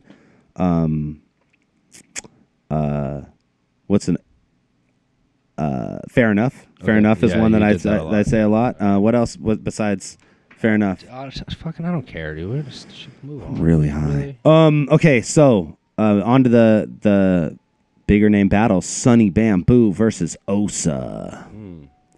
This should be interesting. I think Osa has like a real mystique around him. He's comes from Low Pesci's camp. A good homie with Pesci. His last battle was the one with 24/7 where he kept calling him a bike rack. Oh yeah. Okay. So he's the guy who invented bike rack. He definitely has the ability to write both like complex stuff and funny stuff. Sunny Bamboo, I think same fucking thing. Sunny Bamboo beat Johnny Storm in a really fucking close and decisive battle at the same time. I think they're both fucking top of the line dudes. I almost don't even want to fucking make a prediction on this, but I would say that Osa has the home country advantage, and that might propel him to victory. But he does come from fucking Choker's camp. So if he catches a case of the low pesci and fucking forgets his lyrics, which he's never done, and I shouldn't even accuse him of, then guilty by association. Yeah, I know. Seriously, you are who you hang out with. Next battle, Dirtbag Dan versus Definition. You got a case of a really experienced, really handsome, really just well-hung individual versus a small, frail British child. And I think in that instance, you almost have to go with the grown man versus Oliver Twist. I mean, it all depends because, like, you know, if you're on one of your off days, and say you want to kick a child. Have I had an off day? I don't know, I've seen you kick a couple children. What about if he's Batman? Ooh, yeah, no, I mean, too soon, dude, too soon. If that, I mean, yeah, seriously. I don't think you're allowed to dress up and come into public places for a while. Maybe that wasn't such a good idea. So, I'm gonna have to go with say it, you dickhead. No, I don't. Say it. I know what you're gonna say. Say it. What? I'm gonna have to go with you. I think you're gonna. You were gonna say Definition, and you just changed it to me because you don't want me to be right about knowing what you were gonna say. You're hella gonna be because I know after if I say him, you're gonna hella yell at me like you're just all upset later. Diva Fuck, style. man. What? No, thought we were supposed to be boys. No, I don't know. I mean, I think that's gonna be a good battle. I think that one's really gonna go. Like honestly, a lot of it's gonna come down to crowd reaction. I feel like that's gonna be a big play in judge decision on that battle, and that's really hard to say. Quit trying to have a fucking serious analytical discussion about a battle that I'm in. Like I'm gonna be like, I agree. It might come down. No, fuck that. I'm gonna win, Skylar. Don't be a dick. And I'll probably not even watch the battle. Yeah, so you're an asshole. And I probably you're probably gonna have to make me to talk about it once it comes out, right? Yeah. I'm gonna make you watch it. He won't watch it live. He won't fucking pay-per-view it. No, I don't think so. I'm gonna fucking take a hit off the submarine real fast while you discuss. All right, Pat Stay versus Head Ice. And Head Ice. The battles that I've seen with Pat Stay, like you guys were saying, he's ginormous and generally yelling down at people, which I think has a very intimidating effect on the way that the battle is viewed from the outside. I honestly have yet to watch one of Head Ice's battles. You guys keep talking about him, but Head Ice is huge. Yeah. Like he's another like fucking 6'4" dude. So like big dudes. There won't be any. Pat's kind of fucking yak too. Yeah, Pat's fucking huge and like he's fucking big old shoulders. He looks like a fucking wrestler. Like when we were in Sweden, all the rappers are like, "What the fuck is up with that guy raps?" But Ice is big. He's a big dude, so he will not be looked down. You know what I mean? Like it'll be like I said, it'll be an even playing field on the physical intimidation factor, which I think is cool. I think it's tight. I think that forces Pat to, he's definitely not going to wet Willie Head Ice. All right. I mean, I can't argue with that. Who do you think would win? Just, I mean, you don't have a reference for Ice, so you're going to have to go to. But at the same time, like you said, I mean, Pat Stay in Canada. And especially if like you guys were just talking about, it's going to be interesting to see how Head Ice goes with the crowd there, I just I don't know. For me, it's not even a matter of like how they're gonna, it's how much they're gonna like him. They're gonna fucking love him, but it's just how much are they gonna fucking like him? Because he's the type of dude who just doesn't ever fuck up and doesn't have like. He doesn't his material is fucking so unique to only him. I'm gonna have to go watch some of his shit tonight. His material is very unique to only him, and it's not that he's not the type of dude who gets a reaction every 2 or 4 bars, or even strives for that. He's just the type of dude that's about putting together an entire performance, and in that regard, it could pass over the heads of fucking some of the more casual Canadian battle rap fans that are there for the kind of more HFK-esque dick joke fucking, you know what I mean? Like not even like me, less lyrical than me even, which is fucking something to say, considering people consider me like the king of the dick joke. But I think Ice is such a performer that it doesn't matter like if his material isn't fucking on par. I think it's going to be a great battle, and I think at the end of the day, a lot of people are going to say Pat won, and a lot of people are going to say Head Ice won, and it's not going to be like a situation where you go, oh, this guy fucking clearly smoked this guy. You know what I mean? It just won't fucking happen. So, yeah, on to fucking day 2. Starting off with Step Easy versus Enigma. Shouts out to the homie Enigma coming all the way out from Manila with Protege. Step Easy coming off a loss to 100 Bullets in the Grand Prix. He's a really good writer, but I think he has kind of like he has delivery issues. I think he gets caught up in his own writing, and at times is like so focused on putting together such like a very intense syllable orientated like sequence of fucking bars that it, like he fucks up when he's actually delivering. Like, because I wouldn't. He's not a dude who chokes. It's easier to write than to deliver. Yeah, he's not a dude who chokes. He's a dude who fucking can't say the shit that he fucking wrote. You know what I mean? Or it's like he doesn't know it well enough to get it out. Fucking how? And part of me thinks it's because he's like overwriting. But either way, he's a match for Enigma. I think Enigma is he's very political, and I think that works. Doesn't work as well with a Canadian audience as it would with a Filipino audience. So I think that if Enigma can make adjustments, he can make it a close battle. Otherwise, Step Easy's going to play the Canada card and fucking destroy. HFK versus Unanimous. Unanimous is the dude who we seen battle Shaadi Hora. Oh, okay. Kind of remember he was the one I was saying is pear shaped, like fucking like our boy Bender. So I think that I think Unanimous is gonna fucking win that battle unanimously. I think he's so much of a better writer than HFK that he's just gonna fucking blow him out of the water. And he has the ability to be funny too. I think HFK is just too fucking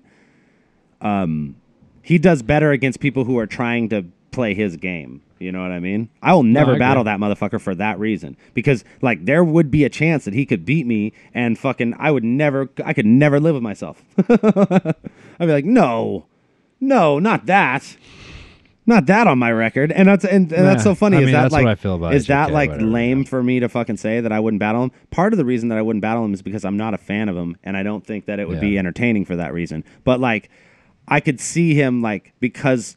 like I really try to play the big punchline game because people, dude, this fool says like shit like I'm the night shredder and I'll give your girl nice pleasure in order to get to drive better. Like people don't even give a fuck about the setup, the fact that he said he was the night shredder. Like what the fuck is the night shredder? I have no idea. And that and then nice pleasure, like you're some that sounds like something like they would say at a double positive.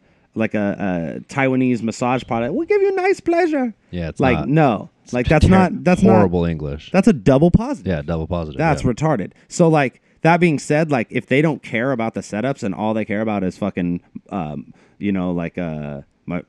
dick's bigger and I drive better or whatever. Like fucking, the scheme he was trying to get to at the end of that fucking ridiculous slew of words. Yeah. Like then HFK can beat almost anybody. You know what I mean? It just matters. It's the context that the audience is hearing it in. If they care about the fucking 3 bars that set up that punch, then HFK is not very entertaining. But if all you care about is that punch, then HFK is fucking Carlos Mencia. Shouts. Move right along. Rone versus Manas. Manas is badass. He's blind. Like very blind, like legally blind, like Kane blind, and he fucking talks hella funny shit, like and uses his weakness as a strength. Sharon is like a perpetually 14-year-old. He's probably like fucking 20 now, and I'm still calling him 14 years old. He'll just never age. No, not in the face or body, but he's a very hungry dude. It'll be a very good battle. I could see Manas winning it stylistically just because he's a very chill, very laid back dude, and Sharon is a very hype dude. And chill dudes, if they execute correctly, can make hype dudes look silly. So I'm gonna go with Manas. Henry Bowers versus Uno Lavos. Yeah, man. You can weigh in on this one. That's gonna be good. I like Henry Bowers. I like the way he battles. Yeah, I don't think Lavos is going to get by Bowers. No, I don't think so. Lavos is great, and it'll probably be one of the more entertaining battles of the entire thing. But I don't think he's going to get by Henry Bowers at all. Henry Bowers is fucking just looks like he's having so much fun every time. Hey, he's doing fucking it. good, just, man. Yeah, and he doesn't have a mustache, which is that is really kind of weird. It is especially when you actually like stop and really think about it. Yeah, when you're like, whoa, where's your fucking mustache? Did you cut it off? How do you have all that hair on your face and you don't have any on your lip? That is weird. My only thing is, it's like, it's a kissing dudes thing where only one dude can have a mustache. Do you think he's kissing dudes? No, I mean, I don't think so. I'm just, maybe that's where it started, you know? You're making some weird man kissing speculations. I'm stoned as shit. He's like, I'm really high. All right, sketch menace versus anecdote. Anecdote, really big head, Australian, trained in the arts of mixed martial arts. Anecdote. Because he could fight? No, I don't like Sketch Menace. Oh, you don't like Sketch? No, I don't. Nah, really, no. Wow, Skylar just putting it out there. Sorry, I mean, Sketch. he's not gonna. He called me out, Sketch. Let's not battle because I don't. Let's not battle because I don't. So boom, I don't like your battles. All right. So I would say that Sketch Menace could easily win that battle, but I will probably enjoy Anecdote's performance more just because he's crazy. Anecdote, when we were in Australia, you could say any set of words and he could make a multi-form, like he could just go on forever. Okay, then I don't like it. Like, you'd be like, did you too? And he'd be like, bitch, I told you. Did you do? And he was, did you redo? And just completely just go forever. Like that would make me want to strangle someone. It was entertaining. All right, there you go. Hey, okay, I wasn't there. Kid Twist versus Nils M. Skills. Nils M. Skills is the most deadpan fucking delivering battle rapper in the history. He's the guy who said to the Irish kid, he's like, you shouldn't throw stones if you don't live in the house. He's amazing, bro. He's such a deadpan deliverer. About that shit. He's tight. Kid Twist, really fucking always delivers, always entertaining. I think he got robbed against 100 bullets. I think that the fact that he is a legend plays against him because people expect so much of a performance out of people that they know are fucking on that level. When he battled Dr. Connors just recently in that movie. No, not the same. Not the same dude. Oh, completely different. All right. Hair was similar. Okay. PH versus Namels. Namels? His name is Nameless, but I call him Namels. I thought it was like Nermals. It's like Namels. Nermal from Garfield. We're not going to call him. I only said that. I only said. So what is it? It's Namels. Namels. All right. PH versus Namels. Man, they really like PH over there, don't they? I don't think PH is going to lose to Namels. I mean, Namels is really good, and I guess he had a good battle with Twist. He has such a fucking honky voice. He has the honkiest voice of all. He's one of those dudes. Nice. Hey. What am I going to say? Yeah. I mean, shit. Namels. I even have a bit of a twang. Sounds like a plural thing. But his name's Nameless. But I'm going back to Namels from now on. All right. PH just lost to Po Rich by choking. What are we giving him? PH heads? PH heads. Sorry, Pumpkin. Namels is going to win this battle. Nameless? Namels. Bender versus Low Pesci. What do you think? I think that battle's very Canadian. That is a super Canadian battle. I don't know. I kind of like both those guys. I think fucking Bender's gonna body him. I think Bender's the new hot shit, and he's on a roll. Has Low Pesci been battling a lot lately? Or no, he hasn't been around, right? No, and Low when he's on is he's good. I fucking don't really watch his battles because he fucking always chokes and sucks balls. See, I only watched 2. But he's when he's on, he's great. All right. Look at him down there on the flyer. Hey, little guy, what are you doing down there? Look at Bender's. Yeah, this is my pear-shaped body. Look at that. Look under my shirt. There's a titty under there. That's gone now. What was the other one? Not pear-shaped, but yeah. Dumpy. Dumpy. Yeah. It's not cool.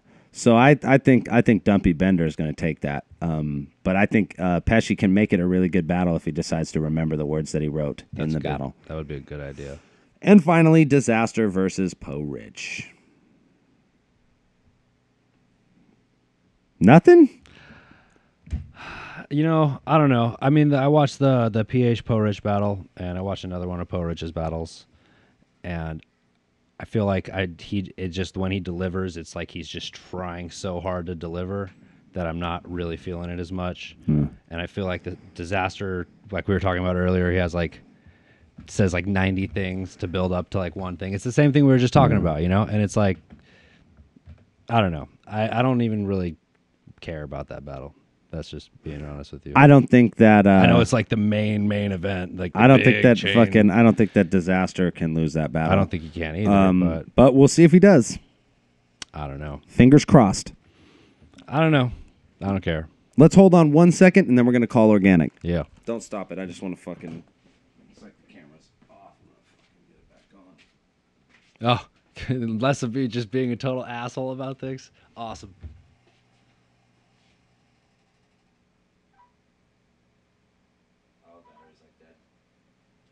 Call Organik and then wrap it up.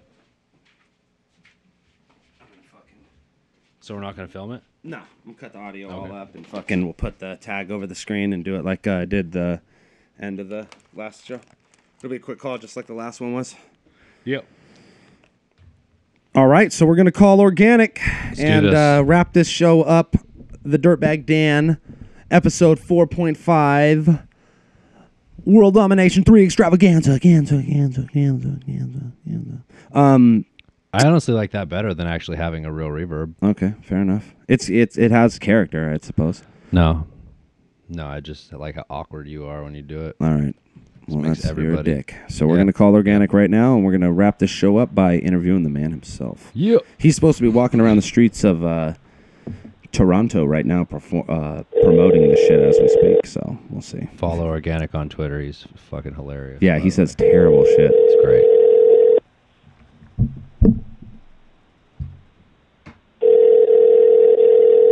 Oh, come on, you fucking Canadian.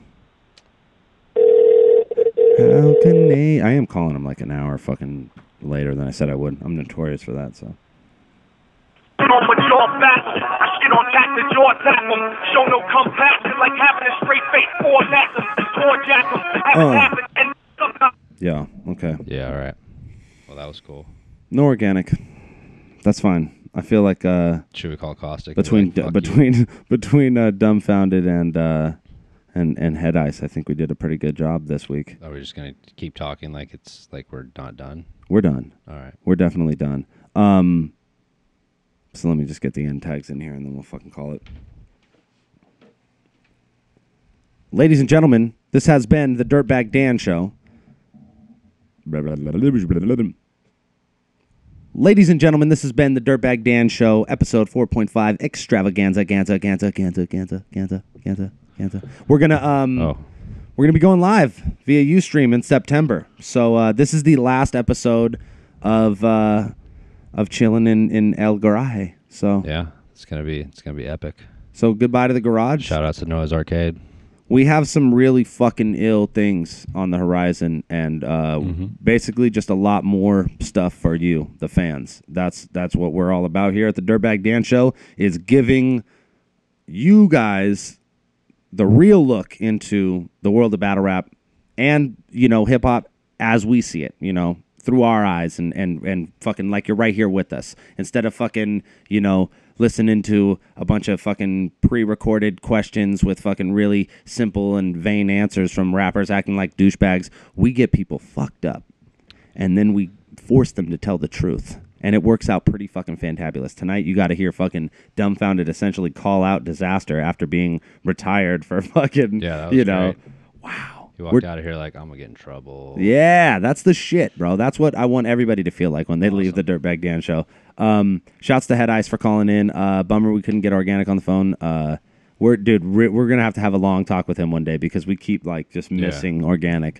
But like I said, this has been the World Domination 3 Extravaganza, episode 4.5 of the Dirtbag Dan Show. The next time you see us, we will be live via Ustream. For now, check out dirtbagdanshow.com. I'm going to be on tour in September. You're going to be able to catch me in New Mexico, in Arizona, in Colorado, and parts of Southern California. So Texas as well. So holler at me. Holler at dirtbagdanshow.com for tour information and the BBB tour coming to a town near you. Big beards, beers, buds, you know, all that shit. So catch me on tour. When I come back from tour, we're going to be running the show live, and you guys will get a chance to call in and fucking and interact, and we're just going to bring that shit to that whole fucking next level.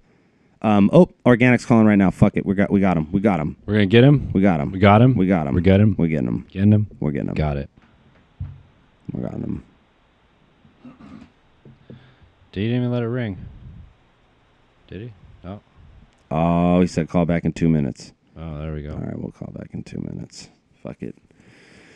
This is gonna be a fun show to cut together for me. That's good though. The content is there. All right. Should I pause this for a second? Nah, fuck it. Let it run. Oh. Oh my fucking god. No more dabs. I'm fucking done. Yeah, that shit is fucking jacked me up. Yeah.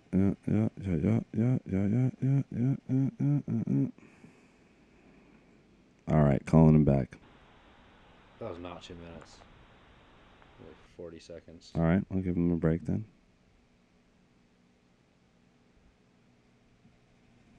Okay, we must call from a splabble blab up. Oh, the show is only an hour. This is a shorter show anyways. Mm-hmm. Once I cut this bitch down, now I'll be like, Yeah, we went through those pretty quick. Yeah. Battle rappers want to talk about themselves. Yeah. A lot. I just want to tell you that they all suck. Yeah. But they know that. All right. We're calling him. All right. Organic. Yes, sir. What up, brother?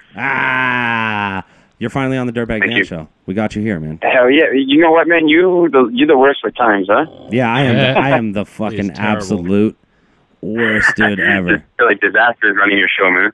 Wow. The show is a disaster. No eyebrows, but fucking we killed it today, bro. We had fucking Head Ice on here talking about his battle, all stoked, you know, Wolf Love. But before that, Dumbfoundead was here, and he was essentially calling out Dizaster. What? He was Dumbfoundead was like, I battled Dizaster. I can fucking kick his ass. like really like in depth talking about how he thinks he could murk Dizaster. Tell him I'll set it up, man. Yeah, I know. Look, we're missing those.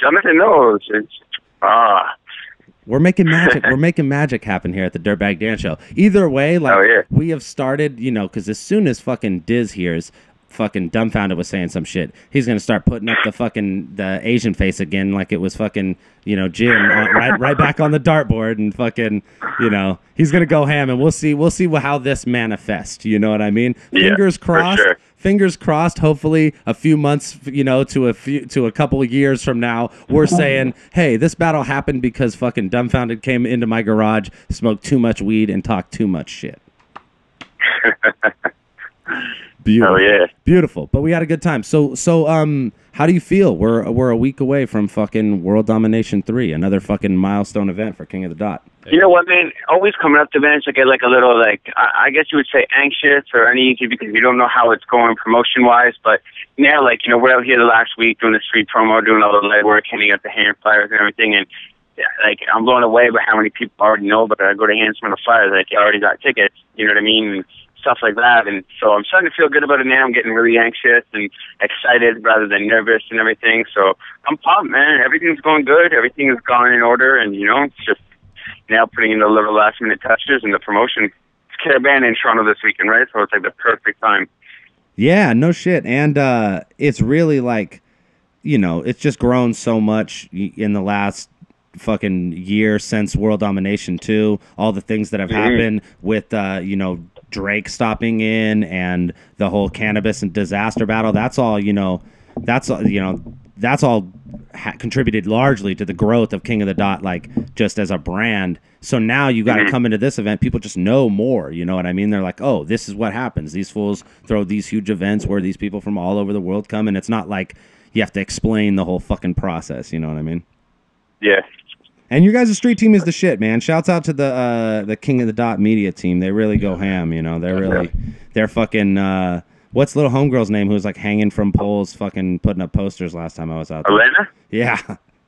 Elena, she kills it, bro. Like she's MVP of the event. She's out here putting in like the hard work. You know, you don't even gotta ask her if she don't get the flyers from us. She'll print them off herself and go out. You know, she's proper. You know, she came out of the Marketing Kings competition, man. Like, you know, like we had the little competition last year where, you know, we had it was almost like a reality show where we gave people little jobs and cameras like followed them around. They got points for certain things because they're hitting certain areas and stuff. So she actually won that, and since then, man, she just stepped it up tenfold and like, you know, everything. She's amazing. Well, you guys got an ill team. I mean, Avi always PvP. You know what I mean? And there's a lot of I think there's a lot of like unsung heroes on the King of the Dot staff that make these big events fucking possible. And for sure, it's a fucking labor of love for you guys. And I think a lot of endeavors in battle rap are so orientated in fucking, you know, the dollar that, you know, you guys are successful because you're looking at putting together like the best possible event. You know what I mean? And like, yeah. And you could tell when you look at the event. I mean, you're talking people from the Philippines and people from fucking Sweden and people from the UK. Like, it's, you know, Norway, Australia, England, Canada, America, Philippines. You know, so and you guys are definitely. We got Malaysia involved on day 3. We got Zayn Azrai coming over. So. Woo! The fucking wildest Malaysian ever, bro. He tried to get me to come to Malaysia to do a battle. Nah. Guess who's not? Guess who's got 2 thumbs and fucking ain't going to Malaysia? You know what I'm saying? Like, fuck that shit, dude. That's that they behead people there. Yeah, straight up. And Zayn's coming from there to battle on day 3. That's so fucking awesome. And I think that you guys are, you know, naturally you're competing kind of with URL and their fucking, you know, big, you know, end all be all event for as far as like big events in the summer go. And people lose sight of the fact that your shit is King of the Dot is global, whereas, you know,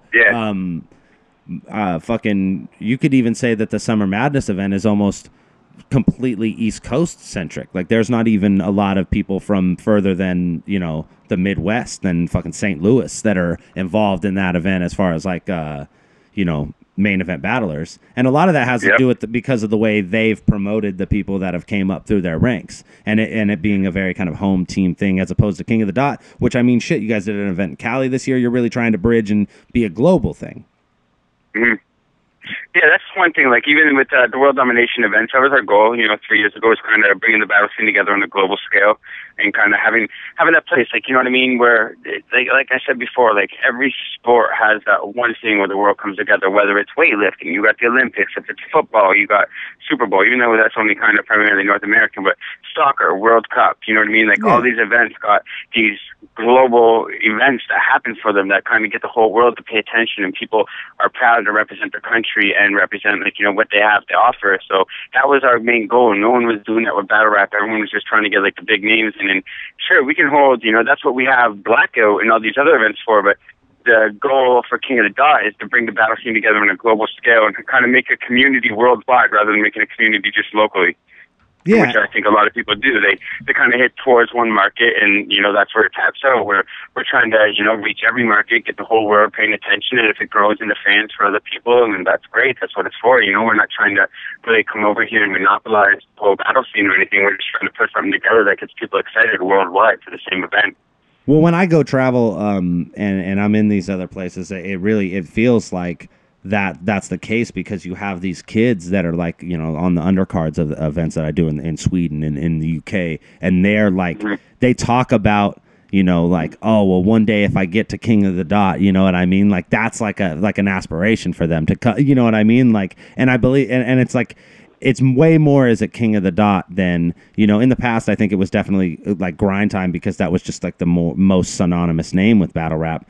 But I feel like URL is such like an exclusive club that these kids in Sweden, they're not thinking they're going to get a URL battle. You know what I mean? But they see Nils and they see, you know, Shazam and Henry, and they go, shit, I could get a a King of the Dot battle if I worked hard enough. You know what I mean? And the same thing goes for the Flip Top kids, and the same thing goes for the Don't Flop kids in the UK. And that's really, that says something to where you have these kids that are coming up in the scene of battling now who are, their goal is to get to your fucking event and battle. You know what I mean?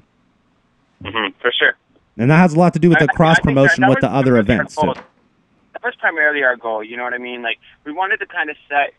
We noticed that there was never no trend in battle rap as far as events went and everything like that, and that's what we wanted to do. Like, you know, if you pay attention during the off season, I guess what you can call it, because, you know, January is when we do Blackout, which is when we just try to make the biggest matchups happen in one event. You know what I mean? Yeah. It doesn't matter where it's from or anything. It's just really big matchups. But World Domination is that yearly annual event where the world comes together for battling. It's that event where every year people are going to be looking forward to see who's going to be competing and who's going to be representing one country. And, you know, we do stuff like where a lot of people, they know, they want to say, like, you know, they see the UK kids and like, well, where's where's Kruger? It's like, well, and Kruger have been on World Domination and stuff like that before. We had them at Vendetta, you know what I mean? They're very, very, very talented rappers. I have a lot of respect for them both, but it's also like, you know what I mean? You can't always rely on the same names. There's a lot of dope rappers in the UK that can be representing the UK properly, and I think that, like, you know, bringing over Unanimous, Shaadi, Hora, Definition, we see, you know what I mean? Those guys are good representatives of, you know, the UK battle scene, and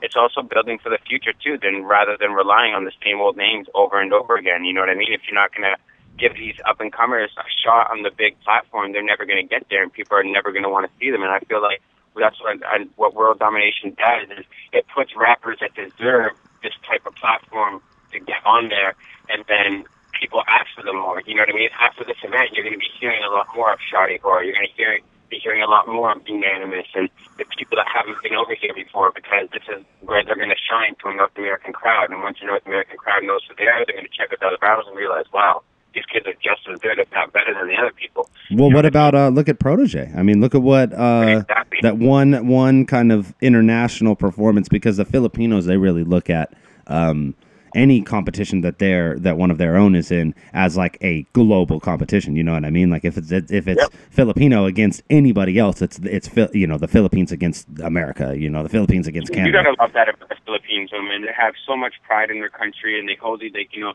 there's not many people that represent their country the way that they do. You know what I mean? Whether they can have complete hate for the person, but as long as they're representing their country and something like that, they'll throw that aside for that weekend and go for them. You know what I mean? Because it's like it becomes like nationalism at its finest. You know what I mean? Like a good example of it. And really, for those Flip Top kids, like Protege had a breakout performance last year, and it really propelled him to the top of the food chain in, you know, Flip Top. You know what I mean? Even further than he was before. And now he's kind of up there with like Looney and shit, and these guys who are like in the billion view fucking range and shit. And it's cool that you guys are partly responsible for fucking building careers of battle rappers in foreign fucking countries. You know what I mean? Like King of the Dot, which is fucking instinctively not even just Canadian, but just a Toronto fucking thing. You know what I mean? Like is now a global fucking company. And cats like Protege and, like, you know, cats in Sweden that look at, you know, Bowers and go, fuck, I want to do that. Like that all builds that huge brand, you know, that makes that a global thing, you know? Yeah. For sure, man. Motherfucker, we're really stoked to be a part of it. Fucking, I'm stoked to come out and battle Definition. You got a Definition, man. You got one of the biggest battles of the whole event, bro. Nah. What do you have to say to Definition before your battle? Oh, he's a kind young lad, isn't he? You're the worst ever. He's You're not in a compliment battle with him, are you? No, not at all. He was on, this guy's on Twitter. This guy's on Twitter, right? And he fucking, I guess his little fucking teenage girlfriend left him. And he fucking posts on Twitter, no shit, he writes, "How come it's the one who loves the least who controls the relationship?" Fucking wow. And then like immediately I retweeted it, and then immediately after he was like, "Oh shit, that was probably the gayest shit I've ever said in my life." And to which I replied, "Definitely." Yeah. Yes. So I feel like he's really broken right now because he lost his first little love. You know what I mean? So I'm gonna try and be tender with him. You know what I mean? Because he's, like I said, he's a kind lad. World Domination fact. You know, Definition is one of the only there's only 3 rappers that have won at both World Dominations, and he's one of them. It's actually Definition, Dizaster, and Aftershock are the only 3 who have not have taken consecutive wins at World Domination. I was a judge away from that. Both events have gone 1 win, 1 loss, or 0 wins and 2 losses. Yeah, I was 1 judge away from that because me and Madchild was a split. If me and Madchild went in my favor, I would have been on that 2-0 list. That was a classic battle, though. Yeah. See, and really, like, for me, like, a lot of people are like, oh, you battled Madchild last time and you're battling Definition this time. I honestly think it's going to be a funner battle than last time, you know what I mean? I'm definitely looking forward to it more because Madchild, I was like, what? I don't know what the fuck he's going to do. You know what I mean? I had no clue. I didn't know he was a silver-eyed lion. He's a fucking, he's a magical dwarf, dude, and I had no idea. And I found out that's the worst place to find out that someone has magical powers. That's the worst place. But I'm excited about the Definition battle, and I appreciate you fucking talking with us about fucking World Domination. We'll see you in a fucking week, buddy. Hell yeah, man! I got Gully with me right now too, man. He's been sitting beside me the whole time and doing this. Gully, motherfucker, what are you doing? You dig? What's up? How you doing, buddy? Yeah, boy. How you, man?